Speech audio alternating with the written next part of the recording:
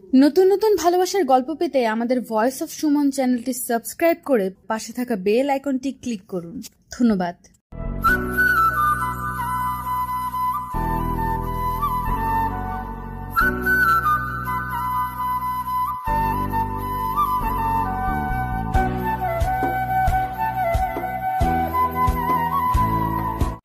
বিছানায় উপর হয়ে শুয়ে ফোনের দিকে তাকিয়ে আছে মেঘ।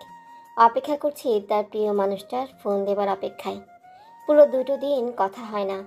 হঠাৎই ফোনের রিংটোন বেজে স্ক্রিনটা জ্বলে ওঠে। স্ক্রিনে সেই প্রিয়, পছন্দ আর ভালোবাসার নাম আবিদ। মেঘ কিছুক্ষণ অপেক্ষা করলো, কারণ সাথে সাথে ফোন রিসিভ করলে আবিদ মনে করবে আমি তার ফোনের জন্য অপেক্ষা করছিলাম। কেন অপেক্ষা করব? ঝগড়া করে 2 দিন কথা বলা অফ রাখবে। আমার অভিমান হবে না বুঝি? অভিমান কেন বলছি, আমার তো রাগ হবার কথা, কিন্তু হচ্ছে না কেন? মেঘ এসব ভাবতে ভাবতে ফোনটা কেটে গেল। মেঘ উঠে বসে ফোনটা হাতে নিয়ে বসলো। আবার কল আসলো। মেঘ এবার এক মুহূর্ত দেরি না করে ফোনটা রিসিভ করে নিল। দুদিকে নিস্তব্ধতা। দুজনে অপেক্ষা করছে এক অপরের আওয়াজটা শোনার জন্য। আমি জানি মেঘ এখন আগ বাড়িয়ে কথা বলবে না, কারণ মেঘ অভিমান করেছে। কিন্তু আবিদ যদি এখন একটু নরম হয় তাহলেই মেঘ চেপে বসবে। আবিদের খুব ইচ্ছে করছিল সরিটা এক্ষুনি বলে ভালোবাসি কথাটা বলে দিতে, কিন্তু মেঘ তাহলে আহ্লাদ শুরু করে দিবে। আবিদের মেঘের আহ্লাদগুলো খুব ভালো লাগে। এই পৃথিবীতে আবিদের সবচেয়ে পছন্দের জিনিস হলো তার মেঘ এবং মেঘের সব কিছু, হোক না কেন তার মেঘের বদ অভ্যাস। আবিদ স্তব্ধতা ভেঙে বলল, আমার তোমার বাসার সামনে যেতে বরাবর 10 মিনিট লাগবে। তুমি 5 মিনিটে নিচে এসো, দেখা করব। আবিদ কিছুটা রুক্ষতা মেখে কথাগুলো বলল। মেঘ বুঝলো আবিদের রাগ পড়ে নেই। এখন আবিদকে রাগালে আর কয়দিন কথা না বলেই থাকতে হবে কে জানে। কিন্তু এখন তো ভাইয়া বাসায়, আমি নিচে যাব কিভাবে? শোনো না, ভাইয়া একটু আগে বাসায় আসছে, ড্রয়িং রুমে বসা। আমি কিভাবে নিচে আসবো বলো? আমি জানি না, আমি এক্ষুনি দেখা করব, তোমার কাছে 5 মিনিট আছে। কথাটা বলেই আবিদ ফোনটা কেটে দিল, কারণ আবিদ জানে ও আর কিছুক্ষণ ফোনে কথা বললে মেঘ গুছিয়ে কথা বলেই ওকে বশ করে নিত। কিন্তু এখন বশ হলে চলবে না। 2 দিন সে তার মেঘকে দেখে না। আজ জড়িয়ে ধরে মেঘের ঘ্রাণ না নিলে হয়তো রাতে ঘুমই হবে না। আবিদ জ্যাকেট পরে গায়ে শালটা জড়িয়ে নিল। আবিদ শাল পরা একদম পছন্দ করে না, কিন্তু এটা মেঘ দিয়েছিল তাই এই শালটা ওর খুব পছন্দের। বাইকের চাবি, লাইটার আর সিগারেটের প্যাকেট নিয়ে বাসা থেকে বের হয়ে গেল আবিদ। আবিদ এখন মেঘের বাসার সামনের বড় গাছটার পেছনে বাইকটা স্ট্যান্ড করে হেলান দিয়ে দাঁড়িয়ে সিগারেট টানছে। একদম ঘুটঘুটে অন্ধকার, তার মধ্যেই আলো শুধুই ওই জ্বলন্ত সিগারেটটা। মনে সুখে সিগারেট টান দিচ্ছে আবিদ, আর এই ভেবে মুচকে হাসছে যে একটু পরেই মেঘকে দেখতে পাবে। পাশের বাসায় যাচ্ছি বলে মেঘ বের হয়ে লিফট দিয়ে সোজা নিচে চলে এলো। মেঘ জানে আবিদ কোথায় অপেক্ষা করছে। এই জায়গায় বহুবার দেখা করেছে তারা। মেঘ রাস্তাটা পার হয়ে ফোনের ফ্ল্যাশটা অন করে গাছের পেছনে চলে গেল। আবিদ ফ্ল্যাশের আলো দেখে সিগারেটটা ফেলে দিল, কিন্তু মেঘ ঠিকই দেখে ফেলল আবিদ সিগারেট ফেলে দিচ্ছে। মেঘ আবিদের থেকে কিছুটা দূরে দাঁড়িয়ে মাথা নিচু করে আছে। আবিদ একটু মুচকে হেসে মেঘের সামনে গিয়ে দাঁড়ালো। ফ্ল্যাশটা নিচের দিকে রেখে দাঁড়িয়েছিল মেঘ। আবিদ কাছে গিয়ে মেঘের কানের কাছে মুখ নিয়ে মিষ্টি করে বলল, কেমন আছে আমার মেঘবানু? মেঘ মাথা তুলে বলল, তুমি না বলছো সিগারেট কমিয়ে দিবা, এখন দেখা করতে এসেও সিগারেট কেন খাচ্ছিলা? আবিদ বুঝলো যে মেঘ দেখে ফেলেছে সিগারেট। আবিদ নরমভাবে উত্তর দিল, 2 দিন যদি আমার খোঁজ না নাও, 2 দিন যদি আমি তোমায় না দেখতে পাই, তাহলে সিগারেট খাবো না তো কি করব? মেঘ চোখ অন্যদিকে ঘুরিয়ে নিয়ে বলল, খোঁজ না নেওয়ার পেছনে, দেখা না হওয়ার পেছনের কারণটা আপনি নিজেই। আমি তো আর ইচ্ছে করে বলিনি যে ঝগড়া করুন, ঝগড়া করে আমার থেকে দূরে থাকুন।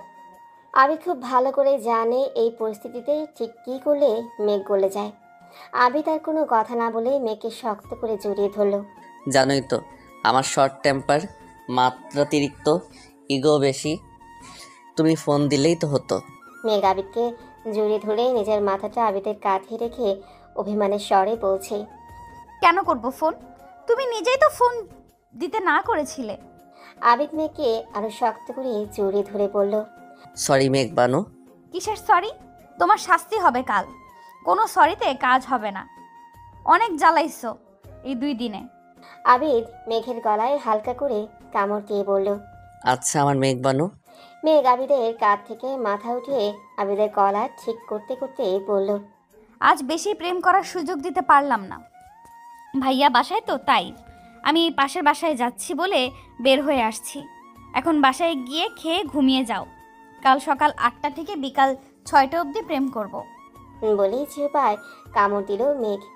তারপর আবার একটু আলতো নাকা রাগ মিশিয়ে বলল।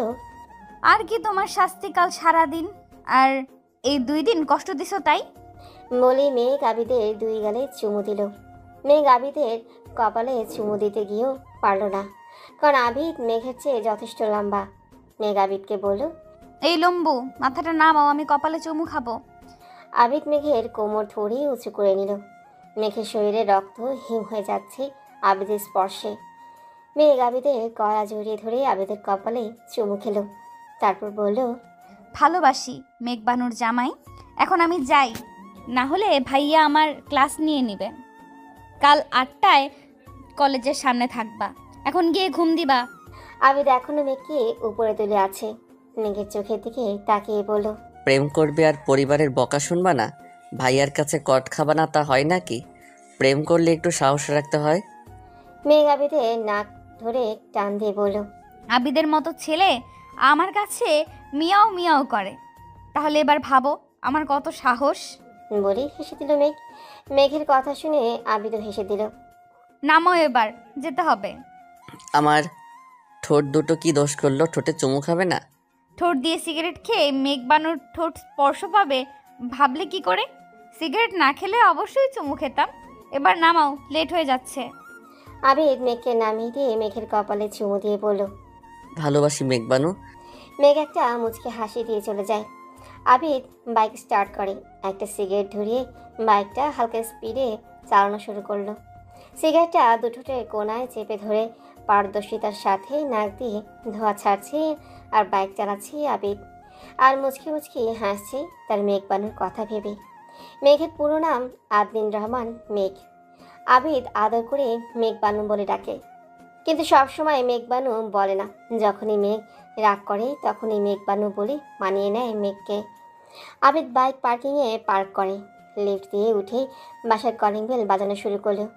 2বার কলিং বেল বাজাতেই আবিদের ছোট বোন ইশরাত এসে দরজাটা খুলে দিল। আবিদকে দেখে ইশরাত ভ্রু নাচিয়ে জিজ্ঞেস করলো। কি রে, মেঘ মেখে এলি নাকি? মুখ লাড্ডুর মতো লাগছে কেন? আবিদ ইশরাতের মাথায় গাঁটটা মেরে বলল। মেঘ মেখে আসছি। আম্মু কই? ভাত খাবো। ইশরাত কিছুটা রেগে বলল। আগে মায়ের খা, তারপর ভাত খাইস। ইস্যু মজার মুড নেই, খেয়ে ঘুম দেবো। সকালে 8টায় আবার মেঘ মাখতে যেতে হবে।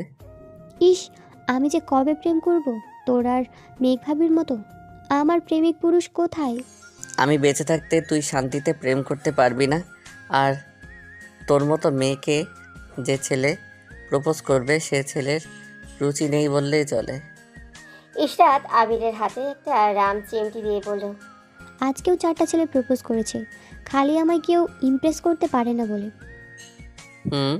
প্রপোজ ঠিক আছে, কিন্তু তুই না বলার পরে কোনো ছেলে বিরক্ত করছে না তো? ইশরাত নিজের কোমরে হাত দিয়ে আবিদের সামনে দাঁড়িয়ে বলল। আমায় বিরক্ত করবে এমন সাহস আছে নাকি কারো? ইশরাত তালুকদার, সিস্টার অফ আবিদ তালুকদার, ওরফে টেম্পার আবিদের বোন আমি। আরে ওরা প্রপোজিত করে মেয়েদেরকে দিয়ে, তোর ভয়ে সামনে এসব প্রপোজ করে না। কিন্তু ওরা তো জানেই না টেম্পার আবিদ আমায় কতটা ভয় পায়। বলেই হাসা শুরু করে দেয় ইশরাত। এর মধ্যেই রিনা তালুকদার মানে আবিদের মা এসে জিজ্ঞেস করে। কি রে আবিদ, কোথায় গেছিলি? ইশরাত বলে মেঘমা। তার আগেই আবিদ ইশরাতকে চিমটি দিয়ে থামিয়ে দেয়। এই তো আম্মু, নিচে গেছিলাম একটু। রিনা বেগম ভালোভাবেই জানে তার ছেলে মেঘের সাথে দেখা করে এসেছে। তা তার ছেলের মুখে স্পষ্ট। আবিদ খেয়ে দিয়ে মাত্র শুয়েছে, তখনই মেঘ ফোন দিল। আজ অনলাইনে থাকবো না। কাল তোমার অপেক্ষায় রাত জেগেছিলাম, তাই আজ ঘুম আসছে খুব। ঘুমাইয়া যাও, সকালে দেখা হবে। সরি কালকে রাত জাগিয়ে রাখানোর জন্য। ভালোবাসি। ঘুমাবো, টাটা। আচ্ছা টাটা, ভালোবাসি। মেঘ গ্যালারিতে ঢুকে আবিদের একটা ছবি দেখে। ফোনটা পাশে রেখে কোলবালিশটা জড়িয়ে ধরে ঘুম দিল। আবিদ শুয়ে শুয়ে ভাবছে সেই কলেজের বিদায় বছরের জুনিয়রদের নবীনবরণটা। সেই নবীনবরণেই প্রথম দেখেছিল তার প্রেয়সী প্রিয়তমা, তার মেঘবানু। আবিদ চোখ বন্ধ করে সেই নবীনবরণটা ভাবতে থাকে। সেই নবীনবরণে কেটে গেছে প্রায় 4টা বছর, কিন্তু সেই দিনটা আজও আবিদের একদম স্পষ্ট মনে আছে। সেদিনের সেই সকাল, সেই সারা বেলা, সেই পুরো দিনটা। তারিখটা ছিল জানুয়ারির 2 তারিখ। আবিদের ইঞ্জিনিয়ারিংয়ের শেষ বছর। সেমিস্টার ফাইনাল পরীক্ষা দিয়ে বিন্দাস লাইফ কাটাচ্ছিল আবিদ। পরীক্ষার প্যারার জন্য গার্লফ্রেন্ডকে সময় দিতে পারছিল না, গার্লফ্রেন্ডও সহ্য না করে ব্রেকআপ করে দেয়। আবিদ ভালোভাবে পরীক্ষা দিয়ে প্যারামুক্ত বিন্দাস লাইফ কাটাচ্ছে। 31শে ডিসেম্বর সারা রাত বন্ধুদের সাথে নিউ ইয়ার সেলিব্রেশন করে ঘুমাচ্ছিল আবির। বিকেল 3টার দিকে ঘুম থেকে উঠে খেয়ে দিয়ে বের হয়ে যায়। আবার রাত 12টায় আসে। আবিদের বাবা মা কিছুই বলে না, কারণ ইঞ্জিনিয়ারিং তো শেষই, এবার নিজের মতো একটু সময় কাটায়। রেজাল্ট দিলেই তো আবার চাকরি নিয়ে দৌড়ঝাঁপ। বছরের প্রথম দিনে বেশি সময়টাই আবিদের কেটে যায় ঘুমিয়ে। এবার শুরু হয় আবিদের জীবনের সেই স্মরণীয় দিন। জানুয়ারির 2 তারিখ সকাল প্রায় 9টা বাজে। আবিদের ঘুম ভাঙলো বিরক্তিকর ফোনের আওয়াজে। ঘুম জড়ানো চোখে ফোনের দিকে তাকাতেই দেখল স্ক্রিনে লেখা পেতনির বাচ্চা, মানে তামান্না। আবিদ ফোনটা কানের কাছে নিয়ে বলল, হ্যালো। এই, তুই কলেজে আসিস নাই কেন এখনো? এই সকালবেলা কলেজে যাব কেন? আজ নবীনবরণ তো। আরে আয়নারে ভাই। তামান্না, এই জন্যই বলি আঙ্কেলের টাকাগুলো উড়াইয়া এইভাবে গাঁজা খাইস না। আমরা আর কয়দিন পরে বিদায় দিব। আমাদের নবীনবরণ তো আরও 4 বছর আগেই হয়ে গেছে। তোর এই গাজার জবাব আমি ইয়াবা দিয়ে দিব, খালি কলেজে আয় তুই। আরে বেটা, নবীনবরণ তো নতুন ব্যাচের। প্রিন্সিপাল আমাদের আসতে বলেছিল, আমরা তো এমনিতেই অবসর, তাই যাতে নবীনবরণের বিভিন্ন দায়িত্বগুলো আমরা পালন করি, তার জন্য আর কি। প্রধান দায়িত্ব তো তোর, ভাইসের সভাপতি করবি। আর তুই হারামজাদা এখনো ঘুমাচ্ছিস? আবিদ চোখ ডলতে ডলতেই উঠে বসলো। সত্যি বলতেছি, আমায় কেউই বলে নাই। আচ্ছা ভাই, এখন আর দেরি করিস না, প্লিজ জলদি আয়। আর হ্যাঁ শোন, তোর সাদা পাঞ্জাবিটা পরে তার উপরে চকলেট কালারের কুটিটা পরে আসিস। অন্য কিছু ট্রাই করিস না, তোর চয়েস ভালো না। জলদি আসিস, আমি কিন্তু আর তোকে ফোন দিব না। নেক্সট কল সোজা তোর জমের কাছে দিব। বলেই ফোনটা কেটে দিল তামান্না। এতক্ষণ আবিদ যার হ্যাপা পোহাচ্ছিল সেটা আবিদের বেস্ট ফ্রেন্ড তামান্না। আসলে তামান্নার বাবা আর আবিদের বাবা বেস্ট ফ্রেন্ড, সেই সুবাদে ওদের বন্ডিংটাও বেশ মিষ্টি। আর তামান্না যাকে আবিদের জম বলল, সে হলো আবিদের বাবা রাশেদ তালুকদার, জেলার ম্যাজিস্ট্রেট। আবিদ তাড়াহুড়া করে রেডি হয়ে কলেজে চলে যায়। সবাই কলেজের অডিটোরিয়ামে বসা। আবিদ ব্যাক স্টেজে যেতেই তামান্না এসে খুশি দেওয়া শুরু করে আবিদকে। আমি গাঁজা খাই বাপের টাকায়, হারামজাদা। আরে ভাই বাদ দে না এসব, কোনো কিছু দে, আমি ওখানে দাঁড়ায় কি বলবো। সব ডাইসে রেখে দিছে। আমি থাকতে তোর কোনো প্রবলেম হয়েছে আজ পর্যন্ত? আমার লাইফে সবচেয়ে বড় প্রবলেম তো তুই। কথাটা বলে শেষ করার আগে আবির আর কয়েকখানা কিলখুশি খেয়ে ফেলল। আবিদ ডাইসে দাঁড়িয়ে একে একে principal, mayor, chairman, committee head এদের স্টেজে আসন গ্রহণ করার জন্য অ্যানাউন্স করছে। তারপরে নাম আসে আবিদের অনুপ্রেরণা, আবিদের আদর্শের নাম। আবিদ মুচকি এসে একটু উদ্যমের সাথে অ্যানাউন্স করে, please come to the stage mister Rashed Talukdar. আবিদের বাবার চেয়ারটা আবিদের ডায়াসের পাশেই। আবিদের বাবা এসে চেয়ারে বসতেই আবিদ ডায়াস থেকে মুখ সরিয়ে নিয়ে বাবার কানে কানে বলে, কলেজের মেয়ে কী সব আজ তুমিই পটিয়ে ফেলবা? ছেলের এমন উদ্ভুত মন্তব্য আর রসিকতায় কিছুটা অপ্রস্তুত বোধ করে রাশেদ তালুকদার। সমস্ত অনুষ্ঠান শেষে আবিদ মাঠে দাঁড়িয়ে আছে। পাশে তামান্না দাঁড়িয়ে আইসক্রিম খাচ্ছে। তখনই দেখতে পায় ডার্ক নেভি ব্লু কালারের শাড়ি পরে একটা মেয়ে ফোনে কথা বলতে বলতে হাঁটছে। চুলগুলো হালকাভাবে উঠছে আর কথা বলার মাঝে মাঝে হালকা করে হাসি দিচ্ছে। মেয়েটা আসলে পায়চারি করে কথা বলছিল। আবিদ যেন হারিয়ে ফেলেছে নিজেকে। আবিদ কোনোদিনও কোনো মেয়েকে প্রথম দেখাতেই এতটা পছন্দ করতে পারেনি। আবিদের পছন্দের রঙটা গায়ে জড়িয়ে মেয়েটা আবিদের মনেই নিজেকে জড়িয়ে নিয়েছে। আবিদ তামান্নাকে দেখিয়ে বলল। মেয়েটা কেমন রে? তামান্না আইসক্রিম খাওয়া ছেড়ে বলল। মামা এই প্রথম তোর কোনো পছন্দ তারিফ করতে হচ্ছে। দাঁড়া, আমি মেয়ের ইনফো নিয়ে আসতেছি। আজই ইনফো নেওয়া ঠিক হবে? কথা বলার আগেই তামান্না গিয়ে কথা বলা শুরু করে দিল। হাই, আমি তামান্না। হ্যালো, আমি মেঘ। নিউ ব্যাচ তো তুমি? জি হ্যাঁ। আমি ফাইনাল দিয়েছি এবার। ও আচ্ছা। তামান্নার একদম ভনিতা করার অভ্যাস নেই। হ্যাঁ, একদম ডিরেক্টলি বলা শুরু করলো। ওই যে দেখছো সাদা পাঞ্জাবি আর চকলেট কালারের কোটি পরা একটা ছেলে দাঁড়িয়ে আছে, ওর নাম আবিদ তালুকদার, আমাদের ব্যাচের টপার, ম্যাজিস্ট্রেট রাশেদ তালুকদারের ছেলে। আমি ওর বেস্ট ফ্রেন্ড তামান্না। ও এই অবধি 3টা রিলেশনশিপ করেছে। সবগুলো রিলেশনশিপে যাবার পরে আমায় বলেছে, তাই একটাও টিকে নাই। একমাত্র এইটা রিলেশনশিপের প্রথমে বলেছে ওর তোমাকে পছন্দ খুব হয়েছে, এবার তোমার নাম্বার দাও। মেঘ পুরাই আহামক হয়ে দাঁড়িয়ে আছে। সে কি উত্তর দেবে বুঝতেই পারছে না। নিজেকে কিছুটা স্বাভাবিক রেখে বলল। আসলে আপু, আমার খুব অস্বস্তি হচ্ছে। কেন, বয়ফ্রেন্ড আছে নাকি তোমার? না, সিঙ্গেলই। তাহলে নাম্বার দাও, সমস্যা কোথায়? তোমার ইচ্ছে না থাকলে তোমার বিরক্ত করবে না সেই দায়িত্ব আমার। দেখুন আপু, আপনি আমার সিনিয়র, ঠিক কি বলা উচিত আমি বুঝতেছি না। কিন্তু একটা মানুষকে আমি চিনি না জানি না, তাকে কিভাবে নম্বর দেই বলুন? কাইন্ডলি মাইন্ড করবেন না, কিন্তু আপনার এই স্ট্রেট ফরওয়ার্ডনেস আমার ভালো লেগেছে। আরে চেনা জানার বিষয়, ওয়েট। বলেই তামান্না চেঁচিয়ে আবিদকে ডাক দিল। আবিদ, এই আবিদ, এদিকে আয়। আবিদ বলল মানকার চিপায়। এই মেয়েরে পাঠাইলো ডিটেলস জানার জন্য। এই মেয়ে এখন আমারই ডাক দিচ্ছে। আবিদ ঠিক লজ্জা পাবে, ভয় পাবে, খুশি হবে না রাগ হবে বুঝতেই পারছে না। কিন্তু মেঘের সামনে যতই আগাচ্ছিল ততই হৃদস্পন্দন বাড়ছিল।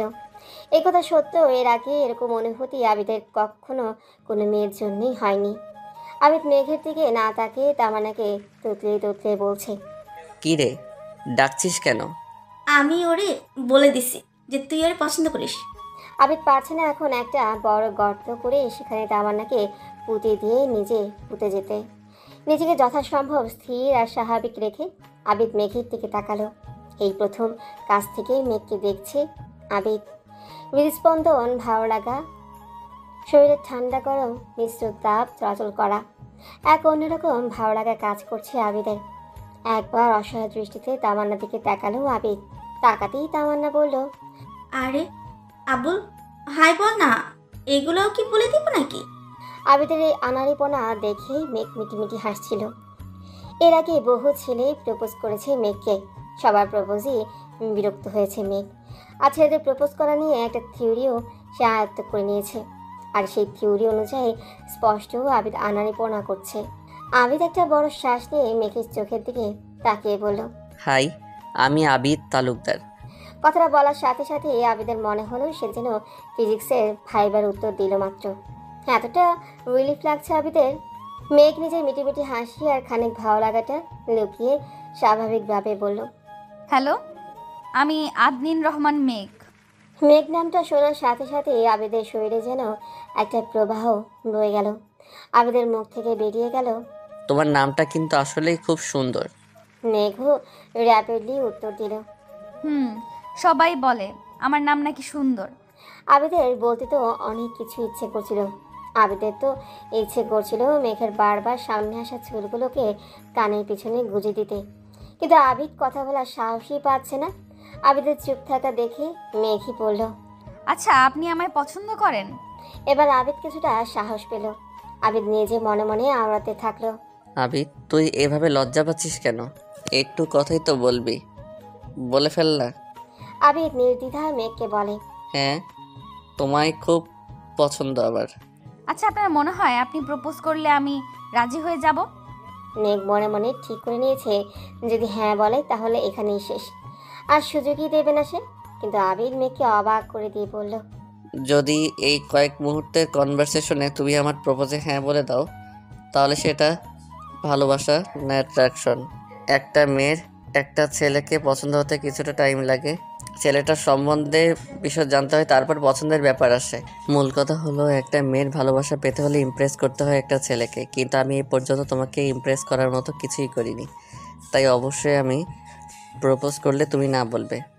কথাগুলো বলেই আবিদ কিছুটা থামল। মেঘের মনের কাজ তো সেরে গেছে। মেঘের মাথা আর মনের মধ্যে খালি ঘুরছে। ছেলেটা কি সুন্দর মনের কথা বলতে পারে, কি সুন্দর গুছিয়ে কথা বলতে পারে। আর সবচেয়ে বড় কথা হলো ছেলেটা তো আমার থিওরি ভুল প্রমাণ করে দিয়েছে। আবিদ আবার বলা শুরু করলো। আমি তোমায় ইমপ্রেস করার জন্য সুযোগ চাচ্ছি শুধু, যদি তোমার ইচ্ছে বা তোমার দিক থেকে কিছু থাকে আর কি। আমি মেয়েদের যথেষ্ট সম্মান করি, আর আমি কোনো রোড সাইড রোমিও না যে তুমি না বলার পরেও তোমায় বিরক্ত করব। ভাই, তোমার দিক থেকে অল্প কিছু যদি থেকে থাকে তাহলে আমরা নাম্বার এক্সচেঞ্জ করতে পারি। মেঘের মনের মধ্যে তো হাতুড়ি দিয়ে ইট ভাঙা শুরু হয়ে গেছে। এর আগে কেউ এভাবে গুছিয়ে প্রপোজই করে নাই মেঘকে, তাই হয়তো মেঘ আজ অব্দি সিঙ্গেল। মেঘ বলল, আপনার কথাগুলো যুক্তিসঙ্গত, কিন্তু আমি তো হুট করেই কোনো উত্তর দিতে পারবো না। তাই কিছুদিন সময় আপনি নিজেও নিন, আমায়ও দিন। আপনিও আমাকে জানুন, আমিও আপনাকে জানি, তারপর না হয় সিদ্ধান্ত নিব। কথাগুলো বলেই মেঘ একটু থেমে যায়। মেঘ ভাবছে তার নিজেরও তো আবিদের সম্বন্ধে জানতে হবে। তাছাড়া মেঘ চায় না জীবনের প্রথম প্রেম কোনো ভুল মানুষের জন্য সৃষ্টি হোক। আমরা নাম্বার এক্সচেঞ্জ করতেই পারি, আমার কোনো সমস্যা নেই তাতে। আবিদ তো পারছে না খুশিতে ফোনের নাম্বার হয়ে মেঘের কাছে চলে যায়। আবিদ নিজের নাম্বারটা মেঘকে দেয়, কিন্তু মেঘ নাম্বার না দিয়ে বলে, আমি আপনাকে ফোন দিয়ে নিব। আমার একটু তামান্না আপুর সাথে কথা ছিল, যদি আপনি একটু যেতেন আর কি। আবিদ একটু মুচকি এসে বলল। তোমার ফোনটা যত তাড়াতাড়ি আসবে আমি তত বেশি খুশি হব। মেঘ উত্তরে একটু মুচকে হাসি ফিরিয়ে দিল, আর কিছুই বলল না। আবিদ ওখান থেকে যেতেই মেঘ তামানকে বলা শুরু করলো। আপু, আমার হেল্প তোমার লাগবে। আপু বলো। আসলে আপু, তুমি যেমন স্পষ্টভাষী, আমিও ঠিক তেমন। এর আগে আমায় বহু ছেলে প্রপোজ করেছে, কিন্তু আমার কারোর জন্যই ভালো লাগা তৈরি হয় নাই, বরং আমি বিরক্ত বোধ করছি। কিন্তু এই প্রথম ওনার জন্য ভালো লাগা তৈরি হয়েছে। আমি এই অবধি একটা রিলেশনশিপেও যাই নাই। আমি চাই না আমার জীবনে প্রথম প্রেম হিসেবে কোনো ভুল মানুষ আসুক, তাই ওনার সম্বন্ধে সব ভালো আর খারাপটা তোমায়ই বলতে হবে। এই সামান্য ব্যাপার। তুমি কলেজে যেই কোনো পুরনো ব্যাচের থেকে আবিদের সম্বন্ধে জানতে পারবা, এমনকি কলেজের টিচার্সের থেকেও জানতে পারো। আবিদের খারাপ অভ্যাস বলতে আবার সিগারেট খায়, আবিদের শর্ট টেম্পার একদম মাত্রাতিরিক্ত, আর আবিদের ধৈর্য নেই বলেই চলে। এইসব ছাড়া আবিদের কোনো খারাপ দিক নেই। আচ্ছা আপু, থ্যাঙ্কস আ লট। আমি ফোনে কথা বলে নিব ওনার সাথে। তোমার নাম্বারটা দাও। মেঘ তামান্নার নাম্বার নেবার পর তামান্নাকে বলল, আপু প্লিজ ওনাকে বইলো না যে আমি তোমার থেকে এসব জিজ্ঞেস করছি। নিশ্চিন্তে থাকো, আমি বলবো না। আবিদ এসব জিজ্ঞেস করবে না, আর যদি করে তাহলে সত্যি তোমার প্রেমে ডুবে গেছে। বলে হেসে উঠল তামান্না, সাথে মেঘও হেসে উঠল। মেঘ চলে গেল। তামান্না এখন আবিদের সাথে হাঁটছে, ক্যাফে থেকে বসবে তাই। আবিদ ক্যাফেতে বসেই জিজ্ঞেস করলো, কিরে, কি বললো মেয়ে? যা বলেছে বলেছে, তোরে বলা যাবে না। শুধু আমি এক কথাই বলবো, তোর গ্রিন সিগন্যাল আছে মাম্মা, গো হেড। আবিদের খুশি যেন বাদ মানছে না। ক্যাফে থেকে বের হয়ে আবিদ তামান্নার সাথে তামান্নার বাসা চলে গেল। সেখানে লাঞ্চ করে নিল। ধরতে গেলে তামান্নার বাসা আবিদের জন্য দ্বিতীয় বাসা, কোনো ফর্মালিটি নেই সেখানে। তামান্নার বাবা মা আবিদকে নিজের ছেলের মতোই দেখে। সারা বিকাল আবিদ আর তামান্না ছাদে বসে অপেক্ষা করলো মেঘের ফোনের জন্য। তারপর কিন্তু মেঘ ফোন করলো না। সন্ধ্যায় আবিদ বাসায় চলে এলো। রাত প্রায় 8টা বাজে, তখন মেঘ ফোন করলো। 8টা নাগাদ মেঘ ফোন দিতেই আবিদ ফোনটা নিয়ে ছাদে চলে এলো। মেঘে খুব বুক ধুকপুক ধুকপুক করছিল। আবিদ ফোন রিসিভ করে বুঝতে পারলো এটা মেঘ, কারণ ওপাশ থেকে কোনো শব্দই আসছিল না। হ্যালো মেঘ। হ্যাঁ হ্যাঁ বলুন। মেঘের এমন উৎসুক আচরণ দেখে আবিদ কিছুটা অবাক হয়। কি করছো? এই তো কাল থেকে কলেজ শুরু, তাই একটু প্রিপারেশন নিচ্ছিলাম। আমি বোধহয় ফোন দিতে লেট করে ফেলেছি। তবুও তো অবশেষে দিলা। অপেক্ষা করার মর্ম আজ বুঝলাম, আর ওই প্রবাদ বাক্যটাও আজ আমার জীবনে লেগে গেল। কোন প্রবাদ বাক্য? ওই যে সবুরে মেওয়া ফলে। কথাটা শুনেই মেঘকে খুব লজ্জা লাগছিল। এই ছেলে আমার ফোন পেয়ে এত খুশি। আচ্ছা মেঘ, আমি যদি কাল কলেজে আসি তোমার সাথে টাইম স্পেন্ড করতে তোমার কোনো প্রবলেম আছে? মেয়ে কিছুটা হকচকিয়ে জবাব দিল। টাইম স্পেন্ট মানে? আরে এত ঘাবড়ে যাচ্ছ কেন? আমি শুধুই কথা বলতে আসবো, যদি তোমার কোনো সমস্যা না থাকে। আচ্ছা। থ্যাঙ্কস মেঘ। কেন থ্যাঙ্কস? এই যে ইমপ্রেস করার সুযোগ করে দিলে। মেঘ খুব লজ্জা পাচ্ছে। এর আগে কোনো ছেলের সাথে মেঘ এভাবে ফোনে কথা বলেনি। এর আগে কোনো ছেলেই মেঘকে এভাবে বশ করতে পারেনি। মেঘ মনে মনে ভাবছিল, তুমি আর কি ইমপ্রেস করবা? আমি তো একদিনেই ইমপ্রেসড, শুধু তোমার সম্বন্ধে ডিটেলসগুলো জানি। মেঘ যে ফোনে কথা বলছে সে হুঁশই নেই তার। এসব ভেবে মুচকি মুচকি হাসছিল। আবিদ ওপাশ থেকে কোনো উত্তর না পেয়ে অস্থির হয়ে গেছে। হ্যালো মেঘ, আছো? মেঘের যেন এইমাত্রই হুঁশ ফিরল। আবার হকচকিয়ে উত্তর দিল, হ্যাঁ আছি তো, বলুন না। আচ্ছা মেঘ, আমি যদি তোমায় ইমপ্রেস না করতে পারি, আমার কোনো কর্মেই যদি তুমি মুগ্ধ না হও, তখন কি করবে? মেঘ আবিদের কথা শুনে বুঝলো তাওয়ান্না মিথ্যে কিছু বলেনি। এই ছেলেটা ধৈর্যই নেই, পারে না আজকে বিয়ে করে ফেলে। আপনার ধৈর্য তো খুব কম দেখছি, প্রথম দিনেই সব পেয়ে যেতে চাচ্ছেন। আবিদ একটু মুচকি হাসলো, তারপর মাথা চুলকাতে চুলকাতে পড়ল। আমার শর্ট টেম্পার খুব, আর ধৈর্য একদম নেই বললেই চলে। সম্পর্কে জড়ালে আমার এসব সহ্য করতে হবে। কেন সহ্য করতে হবে? আমার জন্য এসব একটু নিয়ন্ত্রণে আনা যাবে না? আবিদ যেন পারছে না এখনই নিজের ভেতরে ঢুকে রাগকে গলা টিপে মেরে দেয় আর মুদির দোকান থেকে একটু ধৈর্য কিনে আনে। আচ্ছা শুনুন, আমার না একটু কাজ আছে, আজ রাখি, কাল কলেজে দেখা হবে। সময় করে কথা বলার জন্য ধন্যবাদ। মেঘ যেন পারছে না আবিদকে এখনই হ্যাঁ বলে দেয়। ইস, সেটা কত মিষ্টি করে কথা বলে, মনে হয় মিষ্টি খেতে খেতে জন্মই হয়েছে। মেঘ ভাবনা রাজ্য থেকে ফিরে এসে বলল, আচ্ছা রাখছি, কাল দেখা হবে, বাই। ফোনটা কেটে দিয়ে মেঘ খাটে শুয়ে শুয়ে ভাবতেছে। একটা ছেলে কিভাবে মাত্র একদিনে তাকে এত পাগল করে দিল? ছেলেটা মিষ্টি করে কথা তো বলে, আবার সিগারেটও খায়, শর্ট টেম্পার, বেশি ধৈর্যও নাই। আচ্ছা ওর আগে রিলেশনশিপগুলো টিকে নাই কেন? আমার সাথেও যদি কয়েকদিন পরে ব্রেকআপ হয়ে যায়? এসব ভাবতে ভাবতেই মেঘের তামান্নার কথা মনে পড়ে। তামান্নাকে ফোন দিতে দেখে তামান্না ফোন ব্যস্ত। এদিকে আবিদ তো পারতেছে না খুশিতে ছাদ থেকে লাফ দেয়। আবিদ খালি তামান্নাকে বলেই যাচ্ছে, মেঘ আমায় বলছে ওর জন্য শর্ট টেম্পার আর ধৈর্য কন্ট্রোলে আনতে। তার মানে তো আমায় ইনডিরেক্টলি হ্যাঁ বলে দিছে, তাই না? তামান্না কিছুটা মস্করা করে বলল, তা এটাও কি আগের তিনটার মতো কেয়ারলেস হয়ে ছেড়ে দিবি? আবিদ কথাটা শুনে নিজেকে প্রশ্ন করলো, আসলে কি এমন কিছু হবে? আবিদ নিজের থেকে যে উত্তরটা পেল সেটাই তামান্নাকে দিল। না রে, আগেরগুলোই আমার হৃদস্পন্দন বেড়ে যায়নি। আমার মনে হয়নি যে একে পেলে কিছুটা ভালো থাকা বেড়ে যাবে। আগেরগুলো সব অ্যাট্রাকশন ছিল, এটা ভালোবাসা। তামান্না বুঝতে পারলো এটা আবিদ সত্যি বলছে, কারণ তামান্নাই একমাত্র বান্দা যার সাথে আবিদ সব শেয়ার করে, আর এক ছিল মিথ্যে বলে না। আচ্ছা দেখা যাবে, এখন খেয়ে দিই, ঘুমা, আমি রাখলাম। তামান্না ফোনটা কেটে দিয়ে দেখলো মেঘ ফোন দিয়েছিল। তামান্না কল ব্যাক করলো, হ্যালো তামান্না আপু, আমি মেঘ বলছি, তুমি ফ্রি আছো, কথা বলা যাবে? একটু কেন, অনেকখানি বলো। হাজার হোক তুমি আমার পাগলা হারামজাদাটার প্রেম, তোমার জন্য তো অলওয়েজ ফ্রি আমি। আচ্ছা আপু, ওনার আগে তো 3টে রিলেশনশিপ টিকে নাই কেন?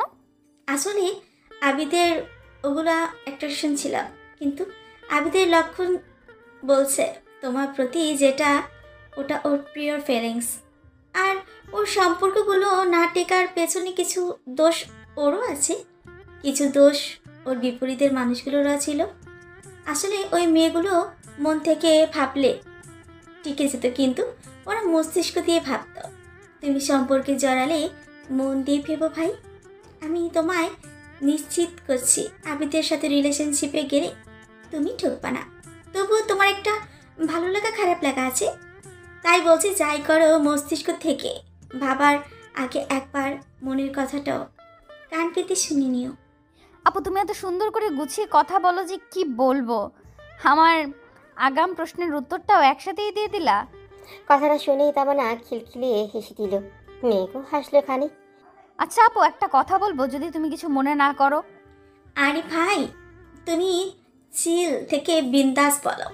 আচ্ছা আপু, তুমি ওনার সাথে প্রেম করো না কেন? কথাটা শুনি তামান্না এত এত জোরে হাসলো যে মেঘ রীতিমতো ভয় পেয়ে গেল। তামান্নার হাসি যেন থামছেই না। তামান্নার হাসি দেখে মেঘ যেন পুরো ব্যাককেল বনে গেল। তামান্না হাসি থামিয়ে বলল, আমরা সেই ছোট্টবেলা থেকে একসাথে বিচরণ করছি। আবিদ আর আমার বাবা বেস্ট ফ্রেন্ড। আমাদের স্কুল কলেজ সব এক ছিল। আমার আর আবিদের বন্ডিংটা অনেক ভাই বোনের মতো। আমার বা ওর কখনোই জীবনসঙ্গী হিসেবে একে অপরের প্রতি ফিলিংস জন্মায়নি। মেঘ কথাগুলো শুনেই বুঝতে পারলো তামান্না একদমই স্পষ্টভাষী। আর তামান্না যখন আবিদের সম্বন্ধে বলেই দিয়েছে, তামান্নার কথা শুনে তো সব ঠিকঠাকই লাগছে। আচ্ছা আপু, উনি লাইফ আর ক্যারিয়ার নিয়ে কেমন সিরিয়াস? সত্যি কথা বলতে কি আপু, আবিদটা সিরিয়াস খুব কম হয়, কিন্তু ও সিরিয়াস না হই আমাদের ব্যাচের টপার। তাই ওর ক্যারিয়ার নিয়ে কোনো চিন্তা নেই। কিন্তু ওর শর্ট টেম্পার, ধৈর্য আর রাজনীতি যা সমস্যা করে আর কি। রাজনীতি করে নাকি? করে মানে মারামারিও করে অবশ্যই। ও কারো শুধু শুধু মারে না। আসলে তুমি কলেজে নতুন তো, তাই কিছু বুঝতেছো না। কয়েকটা দিন যাক, তুমি নিজেই আবিরের প্রেমে পড়ে যাবা। আমি বলি কি, তুমি 3-4 দিন সময় নাও, রেগুলার কলেজে যাও, দেখবা সবটা পরিষ্কার। থ্যাঙ্কস আ লট আপু। আমি মনে হয় তোমায় বিরক্ত করলাম। একদম থাপ্পড় দিব একটা। শোনো, তুমি আবিদের পছন্দ না, আমারও পছন্দ। আমি আবিদকে এর আগে এমন ক্যাবলা হতে দেখিনি, তাও আবার কোনো মেয়েকে দেখে। তাই এভাবে থ্যাঙ্কস, কষ্ট এইসব ব্লা ব্লা বলে আমার পর করে দিবা না। মেয়ে কিছুটা হেসে জবাব দিল, আচ্ছা আপু। মেয়ে, তুমি কি আবিদের সাথে কাল দেখা করা নিয়ে কিছু বলেছো?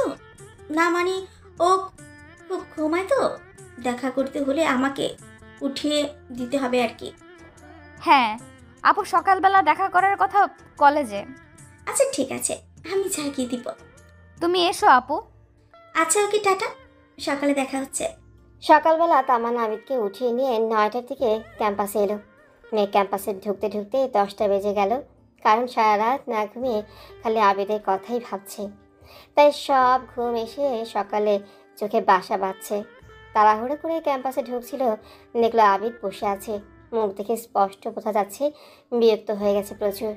মেঘ সামনে গিয়ে বলল, আসলে ঘুম থেকে উঠতে দেরি হয়ে গেছে, সরি। আবিদ আসলেই বিরক্ত হয়েছিল, কিন্তু মেঘের এই নরম শব্দগুলো যেন আবিদের মন একদম ঘুলিয়ে দিল। আবিদ মুচকে এসে বলল, মেয়ে কিছুটা অবাক হলো, বলে কি 3 ঘন্টা ওয়েট করে থাকবে? আপু এতক্ষণ বসে থাকবেন কেন? আমি ফোনে কথা বলে নিব। আবিদ মেঘের চোখের দিকে তাকিয়ে বলল।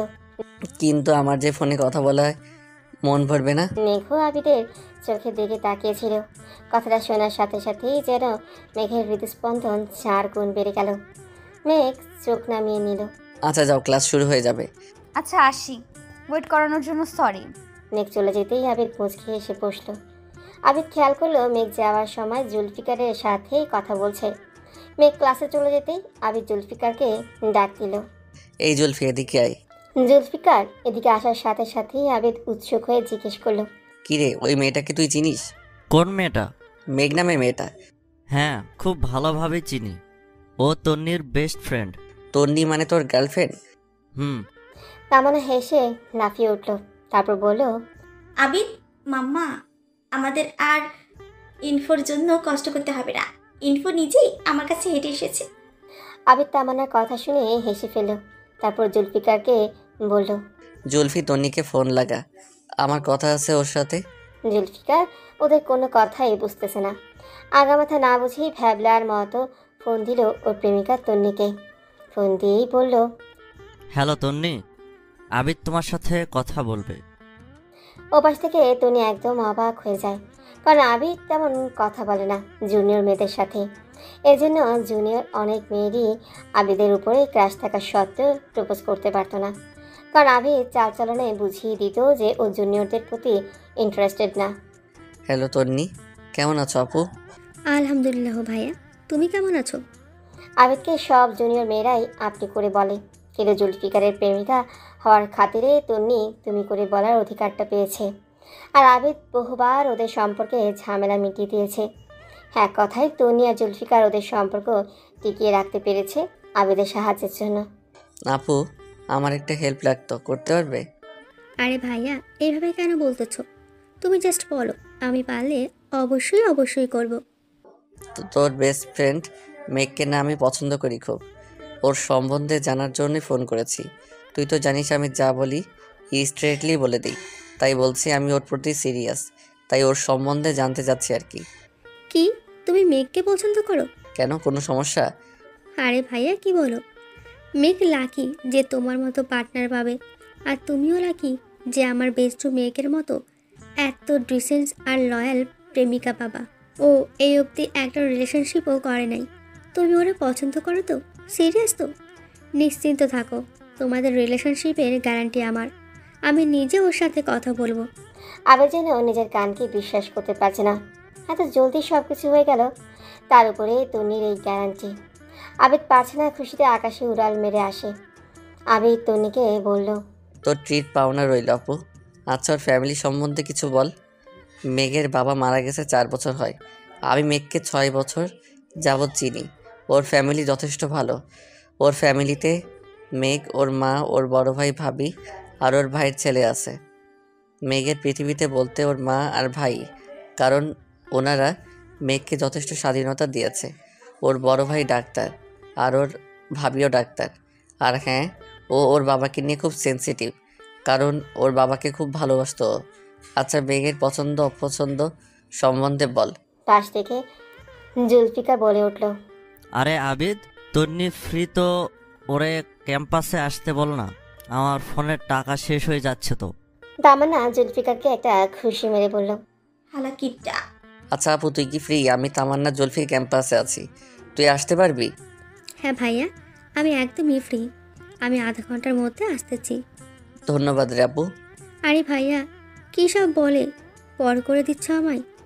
আমি তোমায় নিজের বড় ভাই মনে করি, আর মেঘ আমার বেস্ট ফ্রেন্ড কম বোন বেশি। ওর যদি তোমার সাথে সম্পর্ক হয় আমি অনেক বেশি খুশি হব। আচ্ছা, আমরা ক্যাম্পাসে আছি।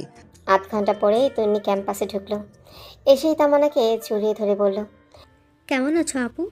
তামান্নার সাথে তন্নির সম্পর্ক বেশ ভালো। আবিদ পাশ থেকে বলে উঠল। ও কখনোই খারাপ থাকে না। তামান্না আবিদকে ধরে চুল টেনে দিল। তারপর ওরা মেঘকে নিয়ে আলোচনা শুরু করলো। তন্নি বলা শুরু করলো, মেঘ একদমই সাধারণভাবে চলাফেরা করে। ওকে এই অবধি কমপক্ষে 30 থেকে 40টা ছেলে প্রপোজ করেছে, কিন্তু ও সবাইকেই মুখের ওপরে না বলে দিয়েছে। আচ্ছা, মেঘ কি জানে যে তুমি পছন্দ করো মেঘকে? হ্যাঁ জানে, কালকে তামান্না গিয়ে বলে দিচ্ছে। তারপর মেঘ কি বলল? তারপর আমি নাম্বার নিয়ে রাতে কথা বললাম।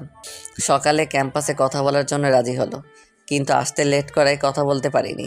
ক্লাস শেষে বের হলে কথা বলবো। ঢোকার সময় জুলফির সাথে কথা বলতে দেখলাম। তারপর জানলাম তোর বেস্ট ফ্রেন্ড। তারপর তো বাকিটা তুই জানিসই। ওয়েট, মেঘ তোমাকে নিজের নাম্বার দিয়েছে, আবার ফোনে কথা বলেছে, আবার ক্যাম্পাসে কথা বলার জন্য রাজিও হয়ে গেছে? হুম। আরে আবিদ ভাই, কংগ্রাচুলেশন, তোমার রিলেশনশিপ হয়ে গেছে। মেঘ এই অবধি কোনো ছেলেকে নাম্বার দেওয়া দূরের কথা, পাত্তাই দেয়নি। তোমার সাথে আবার ক্যাম্পাসে এসে কথা বলার জন্য রাজি হয়েছে। উফ কোদা, আমি কালকে আর আজকে মেঘের সাথে কলেজে না এসে বিয়ে খেতে কেন গেছিলাম? মেঘের মুখটা মিস করলাম। আচ্ছা, ওরে তো ইমপ্রেস করতে হবে। ওর পছন্দ অপছন্দ সম্বন্ধে কিছু বলো। আরে কি বলো আবিদ ভাই, আমি তোমায় বলতেছি, মেঘ অলরেডি ইমপ্রেসড। তুমি আমায় ভরসা করে কালকে মেঘকে প্রপোজ করে দাও, দেখবা ও হ্যাঁ বলে দিবে। আর মেঘ তোমার সম্বন্ধে ইনফো জানে। না, আমায় কিছু জিজ্ঞেস করে নাই। তখন পাশ থেকে তামান্না হাত তুলো। আমার থেকে অনেকটাই জেনেছে, আমায় অনেক কিছু জিজ্ঞেস করেছে। তন্নি এই কথা শুনে তো ডাবল সিউরিটি দিয়ে দিল যে মেঘ আবিদের প্রেমে হাবুডুবু খাচ্ছে। কারণ মেঘ এই অবধি কোনো ছেলের সম্বন্ধে জানার চেষ্টা করে নাই। আবিদ বেশ খুশি সবটা শুনে। মেঘের সব কিছুতেই মুগ্ধ সে। এবার শুধু প্রপোজ করার পালা। আচ্ছা, তুই নিশ্চিত তো মেঘ হ্যাঁ বলবে? তুমি কালকে মেঘকে প্রপোজ করবে, ও যদি হ্যাঁ বলে তাহলে আমি জুলফিকারের সাথে ব্রেকআপ করে দিব। এবার তো বিশ্বাস হচ্ছে? তন্নির কথা শুনে আবিদ আর তামান্না খিলখিলিয়ে হেসে উঠল। এদিকে জুলফিকারের মুখের হাওয়া উড়ে গেছে। জুলফিকার মুখ কালো করে বলল, তোমার তো শুধু আমায় ছাড়ার বাহানা চাই, আর কি? তন্নি একটু মুচকে হেসে ধমক মাখানো কণ্ঠে বলল, বড়রা যখন কথা বলে তখন মাঝে কথা বলতে হয় না, জানো না? একদম চুপচাপ বসে থাকো, একটা কথাও বলবা না তুমি। অতএব জুলফিকার একদম চুপচাপ হয়ে বসে রইল, কারণ জুলফিকার তনির কাছে একদম বিলাই। ওদের রিলেশনশিপের 3 বছর চলতেছে, দুজন দুজনের জন্য পাগল।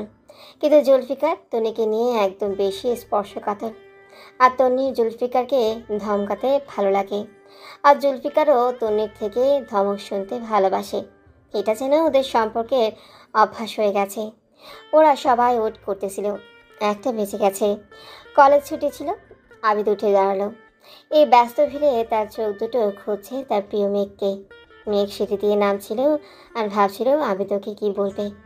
4টা ক্লাসে ও যে কী করেছে ওর নিজেরই মনে নেই, শুধু আবিদকে নিয়েই ভেবেছে আর নিজেকে বকাবকি করতেছিল এসব বলে। তোর আজকেই ঘুমোতে হলো রে মেঘ, 8 দিন তো উঠে বসে থাকিস। ছেলেটা কত আশা নিয়ে এসে বসেছিল, তুইও তো আকুল হয়েছিলি, তাহলে এত ঘুমাইলি কেন? মেঘ সিঁড়ি দিয়ে নামতে নামতে ঠিক করলো যে আবিদ যতক্ষণ সময় চাইবে ততক্ষণ সময়ই দিবে সে। বাসায় যাওয়ার জন্য কোনো তাড়া দেখাবে না। মেঘ নিচে নেমে সোজা আবিদের কাছে চলে এলো।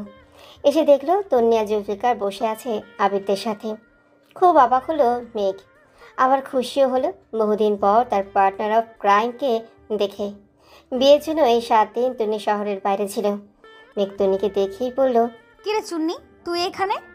আবিদের সামনে তন্নিকে চুন্নি ডেকে জিহ্বায় কামড় দিল মেঘ। এদিকে মেঘের এমন মুখ দেখে যেন আবিদ ফিলিংসের চাপে মরে যাচ্ছে। আর আবিদকে এমনভাবে দেখে মেঘেরও বেশ লজ্জা হচ্ছে। তন্নি উঠে মেঘকে এক পাশে টেনে নিয়ে বলল, কি রে আবিদ ভাই, তোরে প্রপোজ করেছে, আমায় তো বললি না? আরে ভেবেছি দেখা হলেই বলবো।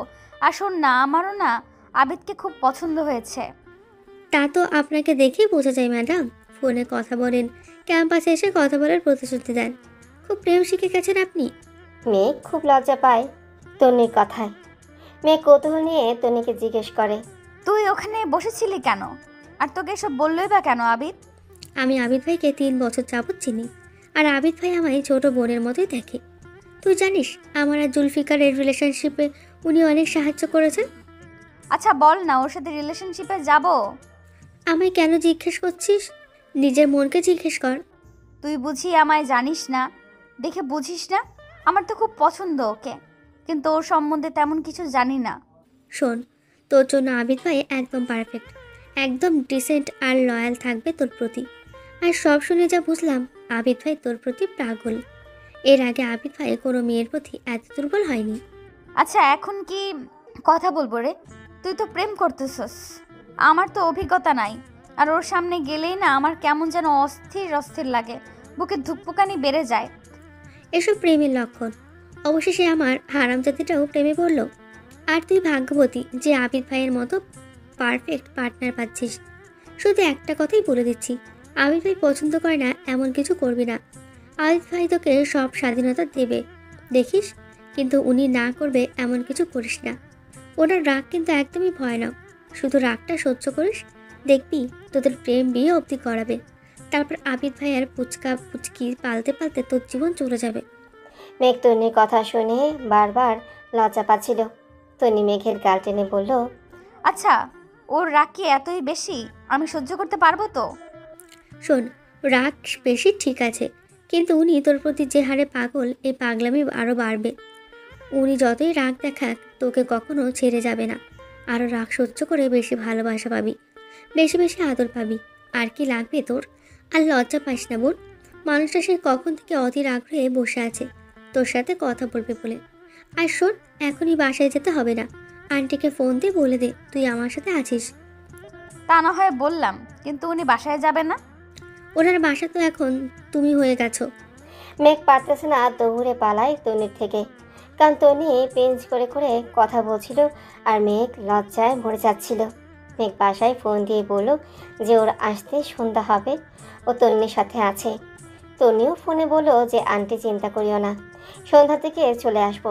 মেঘের মাও নিশ্চিন্ত হলো, কারণ ওনারা তন্নিকে খুব বিশ্বাস করে। মেঘা তন্নি আবিদ তামান্না আর জুলফিকারের কাছে গেল। এতক্ষণ ওরা 3 জন বসে ভাবছিল যে মেঘ আর তন্নি কী কথা বলছে, আর মেঘ কাকেই বা ফোন দিল। আবিদ এক নজরে মেঘের দিকে তাকিয়ে আছে। তন্নি একটু কাশি দিয়ে বলল, আবিদ ভাইয়া ওদিকে চলো, তোমার সাথে কথা আছে। এদিকে তন্নির এই কাণ্ড দেখে তামান্না আর জুলফিকার আহামক বনে গেল। আসলে তন্নি করছেটা কি? 15 মিনিট কথা বলল মেঘের সাথে, এখন আবার আবিদকে নিয়ে গেল।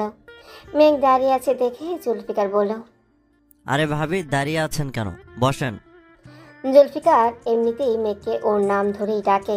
হঠাৎ জুলফিকারের মুখে হঠাৎ ভাবি ডাক শুনে মেঘ যেমন অবাক হলো, ঠিক তেমন লজ্জাও পেল। লজ্জায় মেঘের ফর্সা মুখটা একদম লাল মরিচ হয়ে গেছে। তামান্না জুলফিকারকে গাঁটটা মেরে বলল, মেয়েটাকে লজ্জা দিচ্ছিস কেন হারামি? জুলফিকার হেসে বলল, ও ভাবিই হবে, আমাদের দেখে নিস। তামান্না মেঘকে ধরে বসে কথা বলতে থাকলো। কলেজ কেমন কাটলো, ক্লাস কেমন হলো, এরকম স্বাভাবিক বিষয় নিয়ে। এদিকে তনির কথা শুনে তো আবিদের বেহুশ হয়ে যাবার পালা। তনি আবিদকে বলা শুরু করলো, ভাইয়া, মেঘ তোমার সাথে সন্ধ্যা অবধি আছে, আর ও নিজে আমায় বলেছে যে ওর তোমায় খুব পছন্দ, তাই বলছি কালকে প্রপোজ করে দিও। তুই ট্রিট পাওনা রইলি আপু, যতবার থ্যাঙ্কস বলবো ততবার কম হবে। পাওনা থাকবো মানে এক্ষুনি দিবা। তোমার কথা ভেবে মেঘকে সন্ধ্যা অবধি রাখলাম, তাছাড়া দুপুরে কেউই বাসায় যাব না। আচ্ছা চল, আজকে আমি খাওয়াবো। তন্নি বেশ খুশি হয়ে আগে আগে হেঁটে আসছিল। মেঘ খুব উৎসুক ছিল, কারণ ও নিজেও জানে না তন্নি কেন আবিদকে নিয়ে গিয়েছিল আর কী বা বলল। উত্তেজনায় মেঘের বুকের ধুকপুকানি বেড়ে যাচ্ছে। মেঘ আশা করছিল যে তন্নি এসে ওদের রিলেশনশিপের ব্যাপারে কিছু বলবে, এমনকি তামান্না আর জুলফিকারও এটাই ভাবছিল। কিন্তু সবাইকে আহামক বানিয়ে দিয়ে তন্নি বলল, আজ দুপুরে আবিদ ভাইয়া খাওয়াবে সবাইকে। পাশ থেকে মুখের হাঁ বন্ধ করে জুলফিকার বলল, তা বাবু, তুমি কি আবিদ নিচে গেছিলা এই ট্রিট আদায়ের জন্য? না, অন্য কথা বলছি, সেটা কনফিডেন্সিয়াল, তোমার না জানলেও চলবে। আবিদ এসে বলল, খাওয়াবো আমি, ঠিক আছে, কিন্তু বিল তামান্না পেতনি দিবে। কথা বলতে দেরি হলো না, তামান্না আবিদকে দিয়ে দিল কয়েকটা, তারপর চুল টেনে বলল, তোর মানিব্যাগে কম টাকা নাই, তারপরও লাগলে তো আমি দেই, কিন্তু পেতনি কেন ডাকবি হালারপো? আর বলতো আমি তোর থেকে কয় কোটি টাকা পাই? আবিদ হেসে বলল, আচ্ছা আসো সবাই, আগে খেয়ে নিই, তারপরে কোথাও একটা বসা যাবে। তামান্না পাশে থেকে বলে উঠল, শোন আবিদ্যা, তোরা নতুন কাপেল, তাই তোদের প্রাইভেসি দিচ্ছি, বিরক্ত করবো না, কিন্তু জুলফি আর তন্নিকে প্রাইভেসি দিলে আমার একা হাঁটতে হবে, তাই ওদের প্রাইভেসি দিতে পারবো না। আমরা 3 জন সামনে হাঁটবো, তোরা 2 জন পেছনে হাঁটবি। পাশ থেকে জুলফিকার তন্নিকে পেঞ্চ করে বলে উঠল, আরে তামান্না, কিসের প্রাইভেসি? আমার ওনার আমাকেই লাগে না, আবার আমাদের প্রাইভেসি লাগবে নাকি ওনার? কথাটা শুনেই তন্নি আগুন মাখা দৃষ্টিতে তাকালো জুলফিকারের দিকে। আবিদ তামান্নাকে উদ্দেশ্য করে বলল, তুই একটা রিলেশনশিপে গেলেই পারিস, তাহলে আর সিঙ্গেল থাকতে হয় না। কিভাবে যাব? সব মদন মার্কার ছেলেরা প্রপোজ করে। তুই নিজেই তো মদ নেই। প্রচুর ক্ষুধা লাগছে, খেয়ে নিই, তারপর এসবের জবাব তুমি পাবা বাছা, জাস্ট ওয়েট করো। মেঘ বসে শুধু তামাশা দেখছে আর মুচকি মুচকি হাসছে। আবিদ এতক্ষণ মেঘের দিকে তাকায়নি, হঠাৎ মেঘকে দেখতেই দেখলো মেঘ মুচকি মুচকি হাসছে। হালকা বাতাসে চুলগুলো উঠছে আর হাসার সময় চেহারার ভাঁজগুলো মেঘ যে ঠিক কতটা আকর্ষণ করছিল আবিদকে, তা যদি মেঘ জানতো তাহলে হয়তো এতক্ষণ ওরা কোনো পার্কে বসে প্রেমালাপ করতো।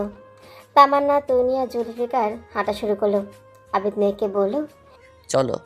মেঘের এতক্ষণ সব একদম স্বাভাবিক যাচ্ছিল, কিন্তু আবিদ একটু কাছে আসতেই মেঘে শুরু হয়ে গেল সেই অজানা রোগ।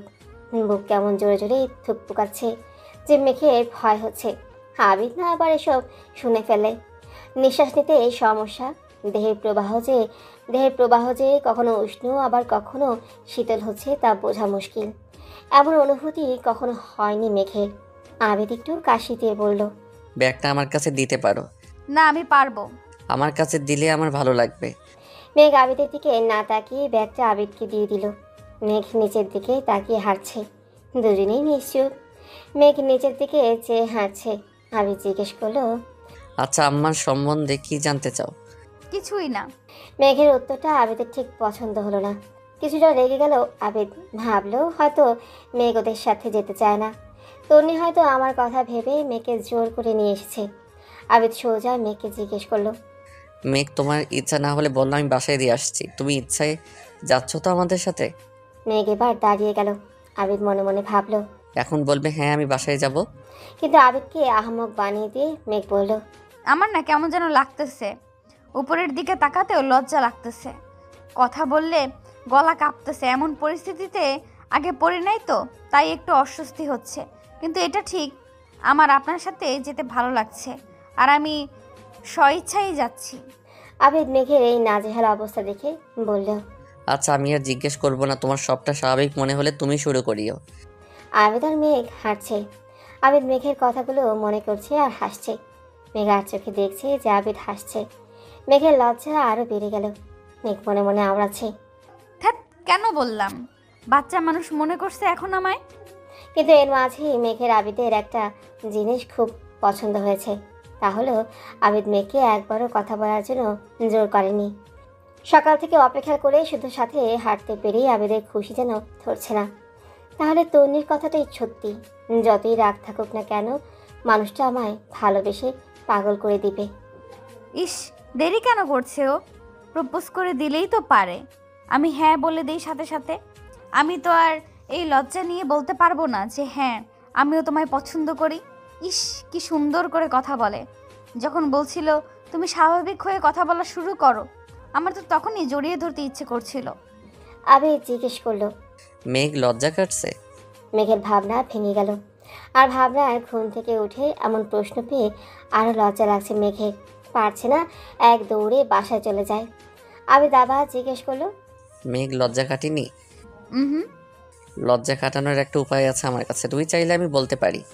মেঘ মুখে কিছু না বলে মাথা নেড়ে হ্যাঁ বলল।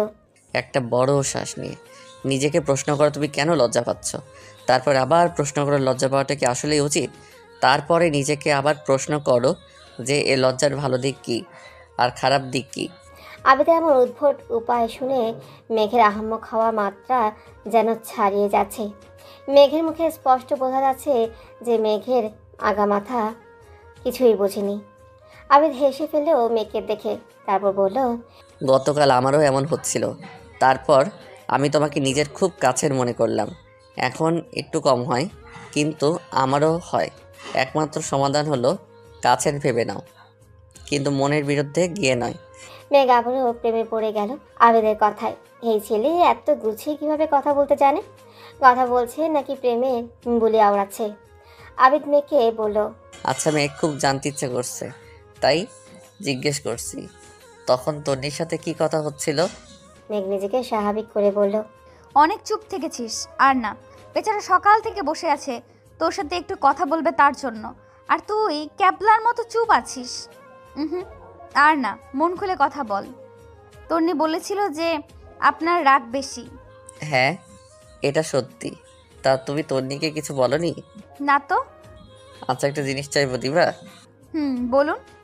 জানি অনধিকার চর্চা হচ্ছে একদম, কিন্তু এই অনধিকার থেকেই হয়তো অধিকার পাওয়ার সুযোগ পাবো। কাল একদিন কলেজ অবধি আমার সাথে বের হবে, তুমি চাইলে সাথে ওদের নিতে পারো, আমার সাথে একা যেতে হবে না। না করার ক্ষমতা আর মেঘের রইল না।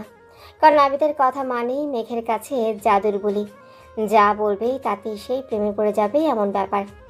এত লজ্জা লাগছে মেঘের যে কি বলবে, সে তবুও বলল সে যাবে, কিন্তু তন্নিকেই নিতে হবে, কারণ না হয় বাসা থেকে ছাড়বে না। আবিদ বলল, আমার সমস্যা নেই। ওরা খেয়ে দিয়ে একটা পার্কে বসলো। বিকেল 4টা বেজে গেছে। আবিদ তামান্নার সাথে কথা বলছে। তামান্নু, কাল মেঘকে প্রপোজ করব, তাই আজ রাতে তুই আমার বাসায় থাকবি। সারা রাত প্ল্যানিং করব, তুই তো জানিস এর আগে কাউকে এভাবে প্রপোজ করি নাই। আর কাল এমনভাবে প্রপোজ করতে হবে যাতে কালকের দিনটা মেঘ কোনো দিন ভুলতেই না পারে, আর যাতে হ্যাঁই বলে। আচ্ছা ঠিক আছে, কিন্তু কথা হলো 4টা বাজে, তুই এখন গিয়ে ওকে দিয়ে আয়। এত তাড়াতাড়ি? 4টা বাজে, মেয়েটা দুপুরে খেয়েছে শুধু, গোসল তো করেনি। আমার নিজেরই অসুবিধা হচ্ছে আর ক্লান্ত লাগছে, তুই ওরে দিয়ে আয়। তারপর বাসায় গিয়ে গোসল করে একটা ঘুম দিব, তারপর প্ল্যানিং আর কি। বাসায় মানে? তুই আমার বাসায় যাবি না? তোর বাসায় গিয়ে ঈশ্বর জামা কাপড় পরে গোসল সারবো, আর কি হাদারাম, যা তো এখন। আচ্ছা। আবিদকে তন্নিকে বলল, আপু, তোকে জুলফি দিয়ে আসবে, আমি তোর বান্ধবীকে দিয়ে আসি নাকি? আচ্ছা সমস্যা নেই। আবিদ এবার মেঘকে জিজ্ঞেস করলো, আমার সাথে যাবে নাকি তন্নি দিয়ে আসবে? মেঘ চুপচাপ বসে আছে। লজ্জা ভেঙে বলতেই পারছে না যে হ্যাঁ, তোমার সাথেই যাব। আবিদ বেশ বুঝতে পারছে যে মেঘ লজ্জা পাচ্ছে, কিন্তু যদি অনিচ্ছা সত্ত্বেও নিয়ে যায় তাহলে সেটা অন্যায় হবে। আবিদ মেঘের সামনে বসে বসে বলল, মুখ ফুটে বলতে হবে না, শুধু মাথাটা নেড়ে হ্যাঁ বা না বলো। মেঘ সাহস নিয়ে মাথা নেড়ে বলল, হ্যাঁ, সে আবিদের সাথেই যাবে। আবিদ মুচকে হাসলো, তারপর তন্নিকে বলল, কাল তোর বন্ধুকে নিয়ে একটু বের হবো, সকালে 8টায় নিয়ে বের হবার দায়িত্ব তোর। তোর বন্ধু সমিতি দিয়ে দিয়েছে, বাকি দায়িত্ব তোর। ও আচ্ছা। আবিদ আর মেঘ এখন রিকশায়। মেঘের ব্যাগটা আবিদের কোলে। মেঘ এর আগে ছেড়ে বলতেই শুধু তার ভাইয়ার সাথেই রিকশায় উঠেছে, তাছাড়া কারোর সাথেই রিকশায় ওঠেনি মেঘ। রিকশা আবিদের এত কাছাকাছি এসে মেঘের হৃদস্পন্দন যেন স্পন্দনের নিয়মই ভেঙে ফেলতে চাচ্ছে। মেঘেদের বাসার সামনে বড় গাছটার সামনে দাঁড়িয়ে আছে আবিদ আর মেঘ। আবিদ মেঘকে উদ্দেশ্য করে বলছে, থ্যাঙ্কস ফর দ্য ডে মেঘ। মেঘ যে একটু কথা বলবে তাও পারছে না, কারণ শরীরে কাঁপন ধরে গেছে এতক্ষণ আবিদের পাশাপাশি রিকশায় বসে থেকে। আবিদ বুঝতে পারছে মেঘের ঠিক কী চলছে, তাই মেঘকে আর অপ্রস্তুত না করেই বলল, কাল 8টা বাজে আমরা এখানে থাকবো, নামতে দেরি করিও না। টাটা, কাল দেখা হবে। আর রাতে আমি ফোন দিতে পারবো কথা বলার জন্য। মেঘ কোনো কথাই বলল না, ঘাড় নেড়ে হ্যাঁ বলল। মেঘ একটা নিঃশ্বাস নিয়ে বলল, আমি এই প্রথম কোনো ছেলের সাথে এতক্ষণ ছিলাম, এই প্রথম কোনো ছেলেদের সাথে এতটা সময় কাটিয়েছি, এই প্রথম কোনো ছেলের সাথে এক রিকশায় উঠেছি। Thanks to you for this day. Abid মুচকে হেসে বলল, মাই প্লেজার। মেঘ মুচকে হেসে আবিদের চোখের দিকে তাকিয়ে বলল, আসি, কাল দেখা হবে। মেঘ চলে যাচ্ছে, আবিদ তাকিয়ে আছে।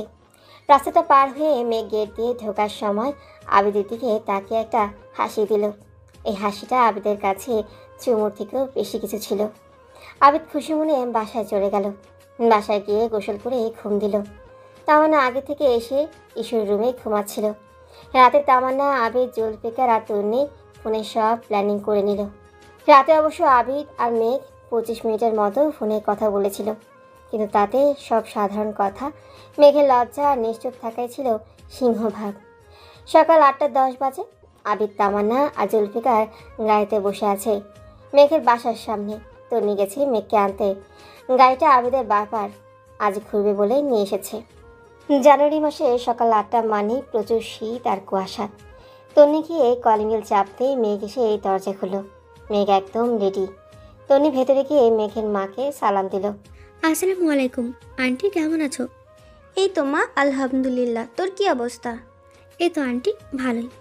তার 2 পাজি এই সকালবেলা কই যাচ্ছিস? নতুন কলেজে ভর্তি হলি, কোথায় ক্লাস করবি তা না করে পুরো দিন ঘুরবি, তাও আবার এত সকালে বের হচ্ছিস। আরে আন্টি, একদিনই তো, আর আমরা একা যাচ্ছি না, সাথে আরও ফ্রেন্ড আছে। তোমার মেয়েকে সন্ধ্যায় এনে দিয়ে যাব। আচ্ছা যা যা, খেয়াল রাখিস দুজনার। মেঘ আর তন্নি বাসা থেকে বেরিয়ে গেল। আবিদ গাড়িতে হেলান দিয়ে গেটের দিকে তাকিয়ে আছে মেঘের মুখটা দেখার জন্য। গেট থেকে আগে তন্নি বেরিয়ে এলো, তারপর মেঘ বের হলো হাত দুটো ঘষতে ঘষতে। মুখ দিয়ে সাদা ধোয়ার মতো বের হচ্ছে, ঠোঁটগুলো শীতে কাঁপছে। ওই কাঁপা ঠোঁটগুলো যে আবিদকে কী পরিমাণে টানছে তা শুধু আবিদই জানে। একদম বাচ্চাদের মতো সোয়েটারে প্যাকেট হয়ে এসেছে মেঘ। আবিদ ঠায় দাঁড়িয়ে তাকিয়ে আছে মেঘের দিকে। মেঘ আবিদের কাছাকাছি এসে বলল, গুড মর্নিং। আবিদ ক্যাবলার মতো মুচকে এসে বলল, আমার জন্য তো বেস্ট মর্নিং এটা। মেঘ আবিদের কথায় লজ্জা পেয়ে মুচকে এসে মাথা নিচু করে ফেলে। আবিদ গাড়ির সামনেই দরজাটা খুলে মেঘকে বসতে বলে। মেঘ বসতেই আবিদও গিয়ে বসে পড়ে গাড়িতে। বাইরে ঘন কুয়াশা। গাড়িতে বসেই গাড়ি স্টার্ট করে হেডলাইনটা অন করে দেয় আবিদ। আবিদ আর মেঘ সামনে, আর পেছনে তামান্না, জুলফিকার আর তন্নি বসেছে। তামান্না বলল, যেতে তো 10টা বেজে যাবে প্রায়। তোরা গাড়িতে কি করবি কর, সারা রাত আমায় ঘুমাতে দিস নাই, এখন ঘুমাবো আমি। আর আবিদ, তুইও তো ঘুমাসনি, গাড়ি সাবধানে চালাস, আর টায়ার্ড লাগলে ব্রেক নিয়ে নিস। আমি ঘুমালাম। তন্নি মাঝখানে বসেছে, দুপাশে তামান্না আর জুলফিকার। জুলফিকার গাড়ির সিটে হেলান দিয়ে, তন্নি জুলফিকারের কাঁধে মাথা দিয়ে, আর তামান্না তন্নির কাঁধে মাথা দিয়ে বস্তার মতো পড়ে ঘুমাচ্ছে। আবিদ গাড়ি চালাচ্ছে আর মেঘকে দেখছে। বাইরে ঘন কুয়াশা, মেঘ কখনো এই টাইমে বের হয়নি, তাই একটু বাইরে দেখছে সে আর ভাবছে আবিদ সারা রাত ঘুমায়নি কেন? আর আমরা যাচ্ছি বা কোথায় যে সেখানে যেতে 2 ঘন্টার মতো লেগে যাবে? মেঘ শুধু অপেক্ষা করছে যে কখন পেছনের ওরা গভীর ঘুমে মগ্ন হবে আর সে একটু প্রাণ খুলে আবিদ বেচারার সাথে কথা বলবে। আর এদিকে আবিদ মেঘকে চুপচাপ দেখে ভাবলো হয়তো মেঘ লজ্জা পাচ্ছে আর সেই কারণেই হয়তো কথা বলতে চাচ্ছে না একদম। তাই আবিদ গাড়ি চালানোতে মনোযোগ দিল। আবিদ কিছুক্ষণ বাদে বাদে মেঘকে এক পলক দেখে নেয়। এক অদ্ভুত ভালো লাগা কাজ করে যখন মেঘের দিকে তাকায়। মেঘ পেছনে তাকিয়ে দেখলো সবাই ঘুমিয়ে গেছে। মেঘ একটু কাশি দিল আর কি, আবিদকে বোঝানোর জন্য যে সে কথা বলবে আবিদের সাথে। আবিদ বলল, তোমার ঘুম পেলে ঘুমিয়ে যাও। না, আমার ঘুম পাচ্ছে না। তার আগে বলুন আপনি সারা রাত ঘুমাননি কেন? কাজ ছিল একটু। কি কাজ? তোমার জন্যই করা কাজ। ধৈর্য ধরো। কথায় আছে সবুরের ফল মিষ্টি হয়, তবে আমার কাজ তোমার কাছে মিষ্টি লাগবে না, ঝাল লাগবে তা ঠিক জানি না। মেঘ মনে মনে বলল, তোমায় এত ভালো লাগে আমার? তোমার কাজ কিভাবে ঝাল লাগবে? এত অল্প সময়ে কি জাদু করলা যে আমি তোমায় ভালোবাসতে চাই? এত অল্প সময়ে এত বেশি ভালো কিভাবে বেসে ফেললাম আমি? আবিদ মেঘের ভাবনার মধ্যে হস্তক্ষেপ করে বলল, একঘেয়ে লাগছে না? হুম। আচ্ছা মেঘ, আবিদ বলতে চাচ্ছিল যে তোমার হাতটা একটু আমার হাতে দেবে, খুব ইচ্ছে করছে ধরতে, কিন্তু সেটা অনধিকার চর্চা হয়ে যাবে ভেবে আর বলেনি। বলুন কি বলবেন? আবির কথা এড়িয়ে বলল, বাসায় কিছু বলেনি? এত সকালে বের হলে তার জন্য? হুম, তন্নি ছিল তো। আবিদ আর মেঘ দুজনেই ইচ্ছুক। দুজনের মনেই কথা তো বহু আছে বলার জন্য, কিন্তু মেঘ বলতে পারছে না লজ্জায়, আর আবিদ বলতে পারছে না মেঘ লজ্জা পাবে সেটা ভেবে। মেঘ আবার পেছনে তাকলো, দেখলো যে তন্নি জুলফিকারের বুকে মাথা রেখে ঘুমাচ্ছে। মেঘেরও খুব ইচ্ছে করছে একটু ডান পাশে চেপে আবিদের কাঁধে মাথা রেখে হাত জড়িয়ে ধরতে, কিন্তু কি করবে? এসব ভাবতে ভাবতেই আবিদ গাড়ি থামালো। 9:40 বাজে। আবিদ সবাইকে উঠিয়ে দিল ওরা একটা চায়ের দোকানের সামনে। আবিদ আসলে যাচ্ছে ওর পছন্দের গ্রামের বাড়িতে। ওখানে ওর বাবা একটা প্লট কিনে বাড়ি করেছে। প্রত্যেক ছুটিতে ওরা ওখানেই বেড়াতে যায়। চারপাশে জঙ্গলের মতো, ফুলের বাগানের মাঝখানে বাড়ি, আর বাড়ি থেকে সামনে কিছুটা হাঁটলেই নদী। আর আবিদ সেই নদীর ধারে একটা উঁচু টঙের মতো বানিয়েছে দালানের মতো করে। মেয়েকে ভালোবাসার কথা বলার জন্য ওর চেয়ে নিরিবিলি আর উপযুক্ত জায়গা হতেই পারে না। কারণ মেঘ যে পরিমাণে লজ্জা পায়, মেঘকে যদি কোনো পার্ক অথবা রেস্টুরেন্টে প্রপোজ করতো তাহলে মেঘ খুব অপ্রস্তুত বোধ করতো। আর আবিদ মোটেই সেটা যায় না, তাই ওখানে নিয়ে যাচ্ছে। সবাই চা খাচ্ছে। এই হালকা কুয়াশায় আবছা রোদে চা খাওয়াটা যে কতটা স্বস্তি, তাও আবার রাস্তার ধারে নিরিবিলি টং আকারের দোকানের বেঞ্চিতে বসে। মেঘের ঠোঁটগুলো যখন চায়ের কাপে ফু দিচ্ছিল, আবিদের মনে হচ্ছিল, ইস, যদি আমি চায়ের কাপ হতাম। মেঘ যখন চায়ের কাপে চুমুক দিয়ে চোখ বন্ধ করে চা খাচ্ছিল, আবিদের মনে হচ্ছিল আমার ঠোঁট দুটো যদি চায়ের কাপের পাশ হতো। আবিদ নিজের চা খাওয়া ছেড়ে মেঘের চা খাওয়ার দৃশ্য দেখছিল। মেঘ এতক্ষণ চা খাওয়ায় মনোযোগী ছিল, কারণ গায়ে থেকে নামার পরেই শীত করছিল খুব। হঠাৎ দেখলো আবিদ এক দৃষ্টিতে অপলকে তাকিয়ে আছে তার দিকে। ব্যাস, শুরু হয়ে গেল মেঘের সেই ধুকপুকানি। হৃৎপিণ্ডটা মনে হয় এখন বেরিয়েই যাবে, এত জোরে ধুকপুকাচ্ছে। তামান্না আবিদ আর মেঘকে এই অবস্থায় দেখে আবিদকে বলল, দেখেছিস মেয়েটা এত লজ্জা পাচ্ছে, তারপরে এভাবে তাকিয়ে কেন আছিস? চা খেয়ে শেষ কর না, অনেক তাকিয়ে থাকতে পারবি, সুযোগ চলে যাচ্ছে না। তামান্নার কথায় মেঘের লজ্জায় মাটিতে মিশে যেতে ইচ্ছে করছে। আবিদও বেশ লজ্জা পেয়েছে। জুলফিকার আর তনি হাসিতে গড়াগড়ি খাচ্ছে এসব দেখে। আবিদ চায়ের চুমুক দিল, এক চুমুক খেয়ে তামান্নাকে বলল, তামান্না কুত্তি, তুই এখন আমার মজা উড়াচ্ছিস তো? খালি তুই প্রেম করা শুরু কর, তোরে আমি চিকেন বানিয়ে রোস্ট করব। তামান্না আবিদের দিকে তাকিয়ে বলল, এই শীতে আমি তোর সাথে মারামারি করব না, তাড়াতাড়ি চা খেয়ে চল। চা খেয়ে গাড়িতে উঠলো সবাই। সবাই এখন জেগে আছে, সবাই সবার সাথে টুকিটাকি কথা বলছে। তামান্না তখন মেঘকে জিজ্ঞেস করলো, মেঘ, আমরা যখন ঘুমাচ্ছিলাম আবিদ তোমার সাথে কি কি করেছে? আবিদ পেছনে ফিরে বলল, এখন গাড়ি থামিয়ে তারপর তোরে মারবো কিন্তু। এখানে না থামিয়ে তাড়াতাড়ি চল, যত জলদি যাবি তত বেশি টাইম স্পেন্ড করতে পারবি। আবিদ তামান্নার কথা ভালোভাবেই বুঝতে পেরেছে, তাই মনোযোগ দিয়ে গাড়ি চালাচ্ছে। প্রায় আধ ঘন্টা পরে ওরা গ্রামের বাড়িতে চলে এলো। মেঘের জায়গাটা বেশ পছন্দ হয়েছে। কিন্তু এ বাড়িটা কার, আর আমরা এখানে কেন এলাম? মেঘের মাথায় এসব প্রশ্ন ঘুরপাক খাচ্ছে। মেঘ আবিদকে জিজ্ঞেস করলো, এই বাড়িটা কাদের? আমার বাবার। ও আচ্ছা। একটু দাঁড়াও, আসছি বলি আবিদ জুলফিকারদের কাছে গেল। মেঘ চারপাশটা ঘুরে দেখছে। ফুলের বাগানগুলো খুব পছন্দ হয়েছে মেঘের। একটু পরেই আবিদ এসে বললো, ওদিকটাই চলো। মেঘ আবিদের সাথে হাঁটা শুরু করলো। টংটা দেখে এই মেঘের খুব ভালো লেগে যায়। আবিদ মেঘকে নিয়ে সিঁড়ি বেয়ে উপরে উঠে যায়। মেঘ চারপাশ দেখছে, ঠোঁটের কোণে হাসি লেগে আছে। এই জায়গাটা এতটা সুন্দর যে দেখবে সেই জায়গাটার প্রেমে পড়ে যাবে। মেঘ চারপাশটা দেখছিল। এরই মধ্যে তামান্না সিঁড়ি বেয়ে উপরে আসে। তনিয়া জুলফিকার নিচে দাঁড়ানো। তামান্না একটা ছোট কার্টুন রেখে আবিদের ঘাড়ে থাপ্পড় মেরে বলে, অল দ্য বেস্ট আবিদটা, একদম মন খুলে কথা বলবি, আমরা ওইদিকে আছি। আবিদ মুচকে এসে বলল, থ্যাঙ্কস রে, তোরা না থাকলে এতটা করতে পারতাম না। তামান্না একটু আহ্লাদি হয়ে বলল, মেঘকে পেয়েই আমায় থ্যাঙ্কস বলে পর করে দিচ্ছিস হারামজাদা। আবিদও রসিকতা করে বলে, তুই আমার আপন কবে ছিলি? আচ্ছা ছিলাম না, যা, আমরা ওইদিকে আছি, তাড়াতাড়ি এসে সুখবরটা দিস। আবিদ মুচকে হাসলো। তামান্না নিচে নেমে গেল। তামান্না নিচে নামতেই তন্নিয়া জুলফিকারও আবিদকে অল দ্য বেস্ট বলল। তন্নি মেঘকে বলল, লজ্জা একটু কম করে পাস চুন্নি। বলে ওরা চলে যায়। মেঘ আগা মাথা কিছুই বুঝতে পারে না। আবিদ মেঘের দিকে তাকিয়ে আছে। মেঘ আবিদের চোখের দিকে তাকিয়ে কিছু জিজ্ঞেস করতে যাবে, তার আগে আবিদ কার্টুনটা খুলে একটা লাল গোলাপের তোড়া হাতে নিয়ে মেঘের সামনে হাঁটু গেড়ে বসে পড়ল। এবার মেঘ বুঝতে পারল অল দ্য বেস্টের রহস্য।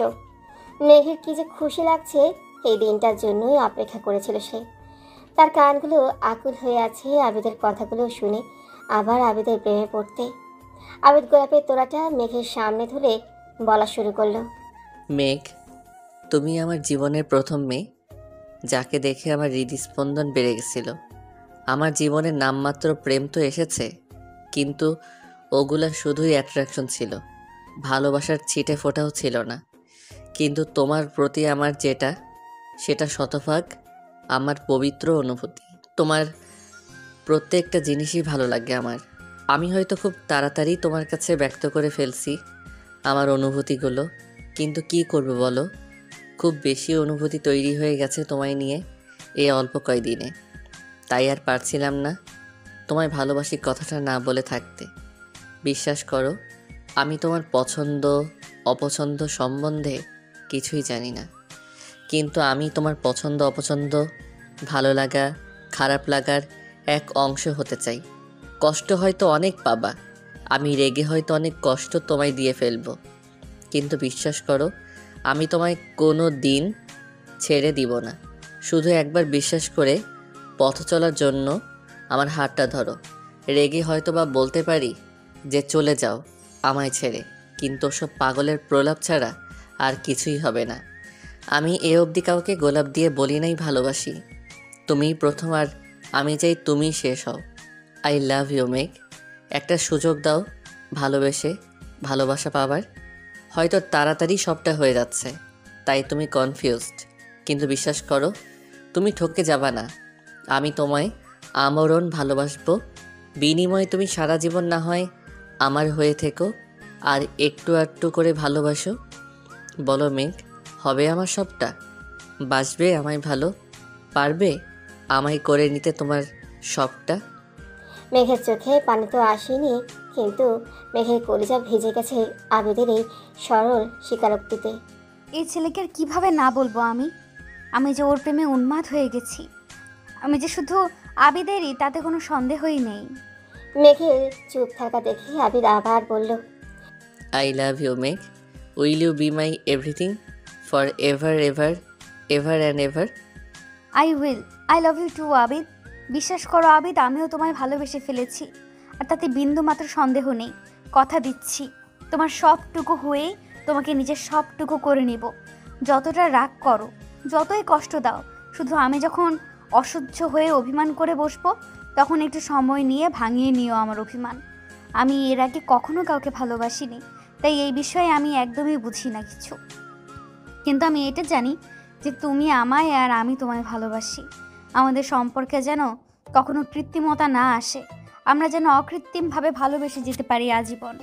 শুধু এতটুকুই চাইবো তোমার কাছে, দেবে আমায় এই প্রতিশ্রুতি? আবিদ মেয়েকে জড়িয়ে ধরে বলল, কথা দিচ্ছি তোমায় আমরণ অকৃত্রিম ভালোবাসবো, কখনো ছেড়ে যাব না। মেঘ আবিদের সামনে বসে পড়ল, তারপর বলল, মনে থাকবে তো এসব? আবিদ মেঘের গালে হাত রেখে বলল, ভুলে যাবার কোনো ইচ্ছা নেই আমার, তবুও যদি ভুলে যাই তাহলে কাছে এসে না হয় মনে করিয়ে দিও। মেঘ মুচকে হাসলো, তারপর আবিদের থেকে ফুলের তোড়াটা নিল। আবিদ কার্টুন থেকে একটা কাপল ওয়াচ আর একটা কাপল রিং বের করলো। মেঘকে পরিয়ে দিল ঘড়িটা আর রিংটা। মেঘের হাতে দুটোই বরাবর লেগেছে, এর কারণ হলো তন্নি ইনফরমেশন। তারপর মেঘ আবিদকে ঘড়ি আর আংটিটা পরিয়ে দিল। আবিদ মেঘের হাত ধরে নদীর দিকে তাকিয়ে আছে। আবিদ মেঘে জিজ্ঞেস করলো, আচ্ছা মেঘ, একটা কথা বলবো, কিছু মনে না করলে? কিছু মনে করার মতো সম্পর্ক কি আছে আমাদের মধ্যে?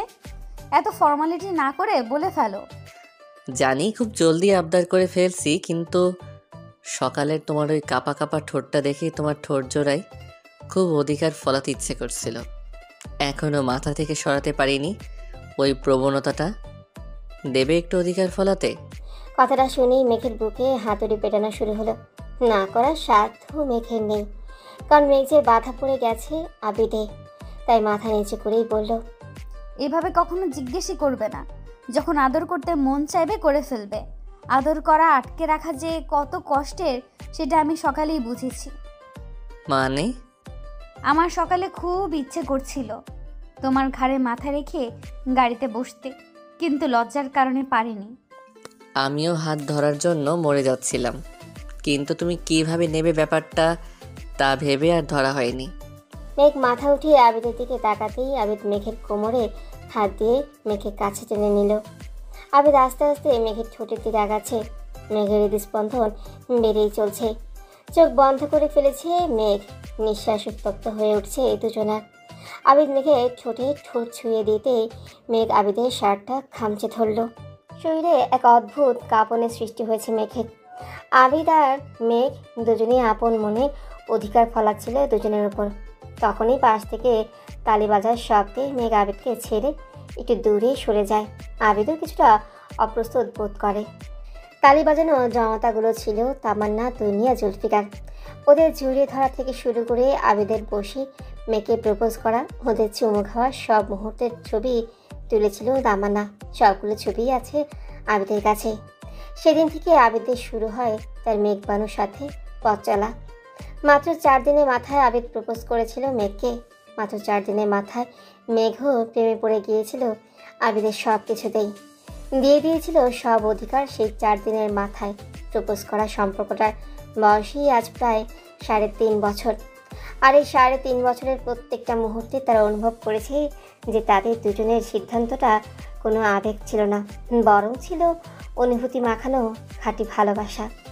পুরনো এসব ভাবতে ভাবতে আবিদ ঘুমিয়ে যায়। সকাল 7:30 বাজে। অ্যালার্মের চড়া আওয়াজে ঘুম ভেঙে যায় আবিদের। আজ অফিস বন্ধ আবিদের, তাই আজ সারাটা দিন মেঘের সাথেই কাটাবে। এমনিতেই এই 2 দিন ঝগড়া করে কথা বলেনি দুজনের সাথে। আবিদ ঝগড়া তো খুব করে, কিন্তু মেঘের যেন দিন দিন সহ্য করার ক্ষমতাটা আরও বেড়ে যায়। কারণ মেঘ জানে যে আবিদ যতই ঝগড়া করুক না কেন, মেঘবানু ছাড়া আবিদ অচল। আর তার মেঘবানু তো নিজেকে কল্পনাই করতে পারে না আবিদকে ছাড়া। কথায় আছে না, সম্পর্কে যত বেশি ঝগড়া থাকে সম্পর্ক তত বেশি মধুর হয়। ওদের সম্পর্কটাও ঠিক তেমনই।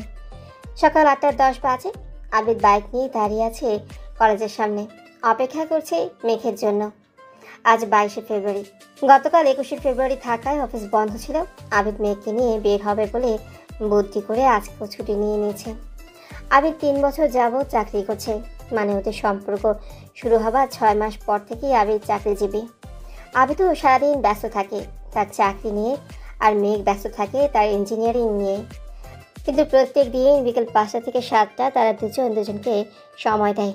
তারপর রাতে চ্যাটে, কলে, ভিডিও কলে কথা বলা তো থাকেই। সব মিলিয়ে ওদের সম্পর্কের এই 3.5 বছরই ওদের কাছে স্বর্ণালী। বিন্দুমাত্র একঘেয়ে বা বিরক্তি ভাব আসেনি ওদের মধ্যে। ঝগড়া তো অনেক হয়, কিন্তু যেখানে ভালোবেসে দুজন দুজনের কাছে থাকতে চায় সেখানে কখনোই ঝগড়া পারে না দূরে সরিয়ে দিতে। ঝগড়াও আবিদ শুরু করে, সরি বলে আবার সবটা মিটিয়েও নেয় আবিদই। আর মেঘ শুধু চুপচাপ থেকে অভিমান করে। আর যখন আবিদ অভিমান ভাঙাতে যায় তখন মেঘ ইচ্ছে মতো শাসন করে নেয়। সোয়েটার পরে পিঠে ব্যাগ নিয়ে হেঁটে হেঁটে আসছে মেঘ। দূর থেকে দেখতেই পেল আবিদ দাঁড়িয়ে আছে বাইক নিয়ে। ঘড়িতে সময় দেখল প্রায় 8:30 বাজে। কাজ হয়েছে, এখন কাছে গেলেই আগুন বের হবে। টাইম সেন্স নেই তোমার? আমি দাঁড়িয়ে আছি আধ ঘন্টা যাব, তোমার খেয়াল থাকি কোথায়? হ্যাঁ, এসব ভাবতে ভাবতেই মেঘ হেঁটে এগিয়ে আসছিল আবিদের দিকে। আবিদ পাশে ফিরতেই দেখলো মেঘ আসছে। বাইরে হালকা শীতে মেঘের ঠোঁটগুলো কাঁপছে হালকা করে। আবিদ রাতে সেই শুরুর দিনগুলো নিয়ে ভাবছিল, তাই মেঘের এই ঠোঁট কাঁপা দেখেই সেই জানুয়ারি মাসের সকাল 8টা মনে পড়ে গেল আবিদের। মেঘ কাছে এসে নরম আদর মাখা কণ্ঠে বলল, সরি গো, ঘুম থেকে উঠে রেডি হতে হতে দেরি হয়ে গেল। একদিনও ঠিক টাইমে আসছো তুমি? আমার অভ্যাস হয়ে গেছে তোমার দেরি করে আসা স্বভাবে। মেঘ নিজেও জানে যে সে সব সময় দেরি করে ফেলে। মেঘ মাথা নিচু করে দাঁড়িয়ে আছে। বাসায় কি বলে বের হইছো?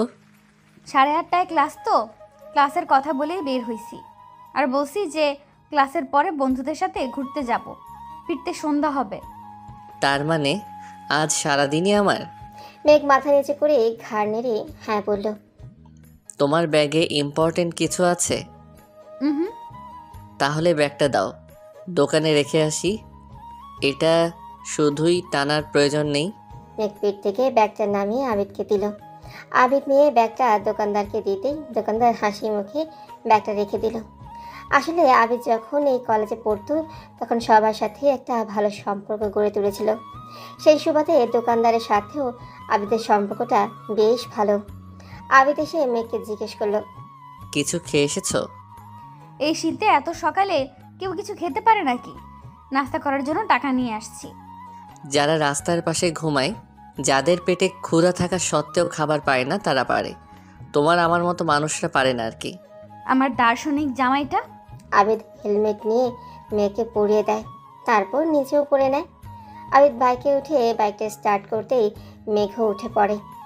আগে মেঘ লেডি স্টাইলেই বাইকে বসতো, কিন্তু তাতে বসে ঠিক আরাম পেত না। তাই আবিদের শাসনে এখন জেন্টস স্টাইলেই বসে। আবিদ বাইক কিনেছে প্রায় 1.5 বছর, আর বাইকটা আবিদের নিজের উপার্জনে কেনা। আবিদ পেছনে ঘুরে মেঘকে বলল, সিট বেল্ট বাঁধছো না কেন? সিট বেল্ট মানে হলো বাইকে উঠে আবিদকে জড়িয়ে ধরে আবিদের পিঠে মাথা রাখতেই হবে, তাহলেই আবিদ বাইক চালাবে। মেঘ আবিদকে জড়িয়ে ধরে বলল, নাও, তোমার গরিবের সিট বেল্ট বেঁধে ফেলেছি, এবার চলো। আবিদ আর মেঘ একটা হোটেলে ঢুকে নাস্তা সেরে ফেলেছে। এখন প্রায় 10টা বাজে। মেঘ আর আবিদ একটা পার্কে বসা, দুজনেই টুকটাক কথা বলছে। মেঘ আবিদের হাত জড়িয়ে কাঁধে মাথা দিয়ে বসে পা নাড়াচ্ছে। আবিদ জিজ্ঞেস করলো, বাসার সবাই কেমন আছে? ভালো। আঙ্কেল আন্টি কেমন আছে? আর ইস্যু পাকনিটার কি অবস্থা? ভালোই। আচ্ছা মেঘ, একটা রহস্য জানতে চাইবো, বলো। জিজ্ঞেস করলে আহ্লাদি হবা না একদম? আমি মোটেই আহ্লাদ করি না, তুমি বলো। আমি রাগের মাথায় তোমায় কত কড়া কড়া কথা বলি, তুমি ওসব হজম করো কিভাবে? আমি যখন পরে ওসব মনে করি, আমার নিজের কাছেই তো কত খারাপ লাগে যে তোমায় এসব বলেছি। সবচেয়ে বড় কথা হলো আমি তোমায় আর তুমি আমায় অকৃত্রিমভাবে ভালোবাসি। আর সম্পর্কের শুরুতেই তো বলেছিলে আমার তোমার রাগ সহ্য করতে হবে, তাই নিজেকে মানিয়ে নিয়েছি। আর সত্যি বলতে তুমি যখন আমায় বকাবকি করো তখন আমি ভেতরে ভেতরে খুব হাসি, কারণ যখন তুমি বকা দাও তখনই আমার তোমার ওই সরি বলার মুখটা মনে পড়ে। কিভাবে একদম নিষ্পাপ চেহারা করে এসে মিষ্টি করে বলো, সরি মেঘবানু। মানে তুমি আমার বকাবকির তোয়াক্কাই করো না? কেন করব? আমি তো জানি আবিদ একটা পাগল, মন থেকে কখনোই আমাকে বকবে না, যা বলবে তা তার রাগ বাবাজির প্রেসারে পড়ে। তুমি এত কিছু জানলা কিভাবে? তুমি এমন কি থাকে যেটা আমায় বলো না? সব কিছু বলে দেই নাকি? সবই বলো। এখন চুপচাপ বসে থাকো। এমনিতেই গত 2 দিন আগেও হাত ধরে কাঁধে মাথা রাখতে পারি নাই। আমার হাত ধরায় ব্যাঘাত ঘটাচ্ছ তুমি। আমি বেশ ভালো করে জানি এই কথাগুলো বলে মেঘকে আহ্লাদি করে ফেলেছে সে। আর মেঘের এই আহ্লাদিপনাগুলো দেখতেও আবিদের বেশ ভালো লাগে। দুপুরে বাইরে লাঞ্চ করে বিকেলে হলে ছবি দেখে সন্ধ্যা থেকে কলেজের সামনে দোকান থেকে মেঘের ব্যাগ নিয়ে আবিদ মেঘকে বাসায় দিয়ে এলো। রাতে 6টা থেকে 10টা অবধি মেঘ পড়তে বসে। এর মাঝেই টুকটাক কথা হয় তাদের। রাতে খেয়ে দিয়ে প্রায় 2 ঘন্টা ফোনে কথা বলে দুজনেই ঘুমিয়ে যায়। কারণ মেঘে 8:30 থেকে ক্লাস আর আবিদের 9টা থেকে অফিস।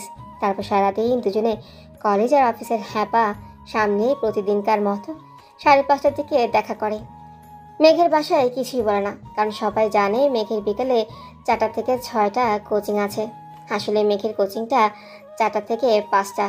মেঘ ইচ্ছে করে 1 ঘন্টা বাড়িয়ে বলেছে, যাতে আবিদের অফিস ছুটির পরে আবিদের সাথে সময়টা কাটাতে পারে। এভাবেই খুব ভালোভাবে যাচ্ছিল ওদের দিনকাল। দেখতে দেখতে কেটে যায় আরও 6টা মাস।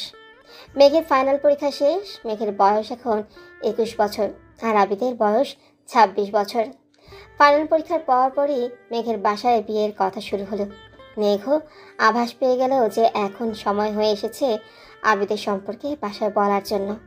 অল্প কিছুদিন পরেই মেঘের মা, ভাইয়া, ভাবি জানতে চাইল যে তার কোনো পছন্দের ছেলে বা সে কোনো ছেলেকে ভালোবাসে নাকি। তার তো বয়স হচ্ছে, বিয়ে দিতে হবে এবার। মেঘের ভাইয়া রাতুল জিজ্ঞেস করলো, তুই নির্দ্বিধায় বল মেঘ, লজ্জা বা ভয় পাবার তো কোনো কারণ নেই। তোকে আমরা যথেষ্ট স্বাধীনতা দেই, তাই নির্দ্বিধায় বল, পছন্দ করিস কাউকে? মেঘে কেমন যেন একটু লজ্জা লাগছিল, কিন্তু সে ভয় পাচ্ছিল না, কারণ সে জানে তার ফ্যামিলি তাকে অবশ্যই সাপোর্ট করবে।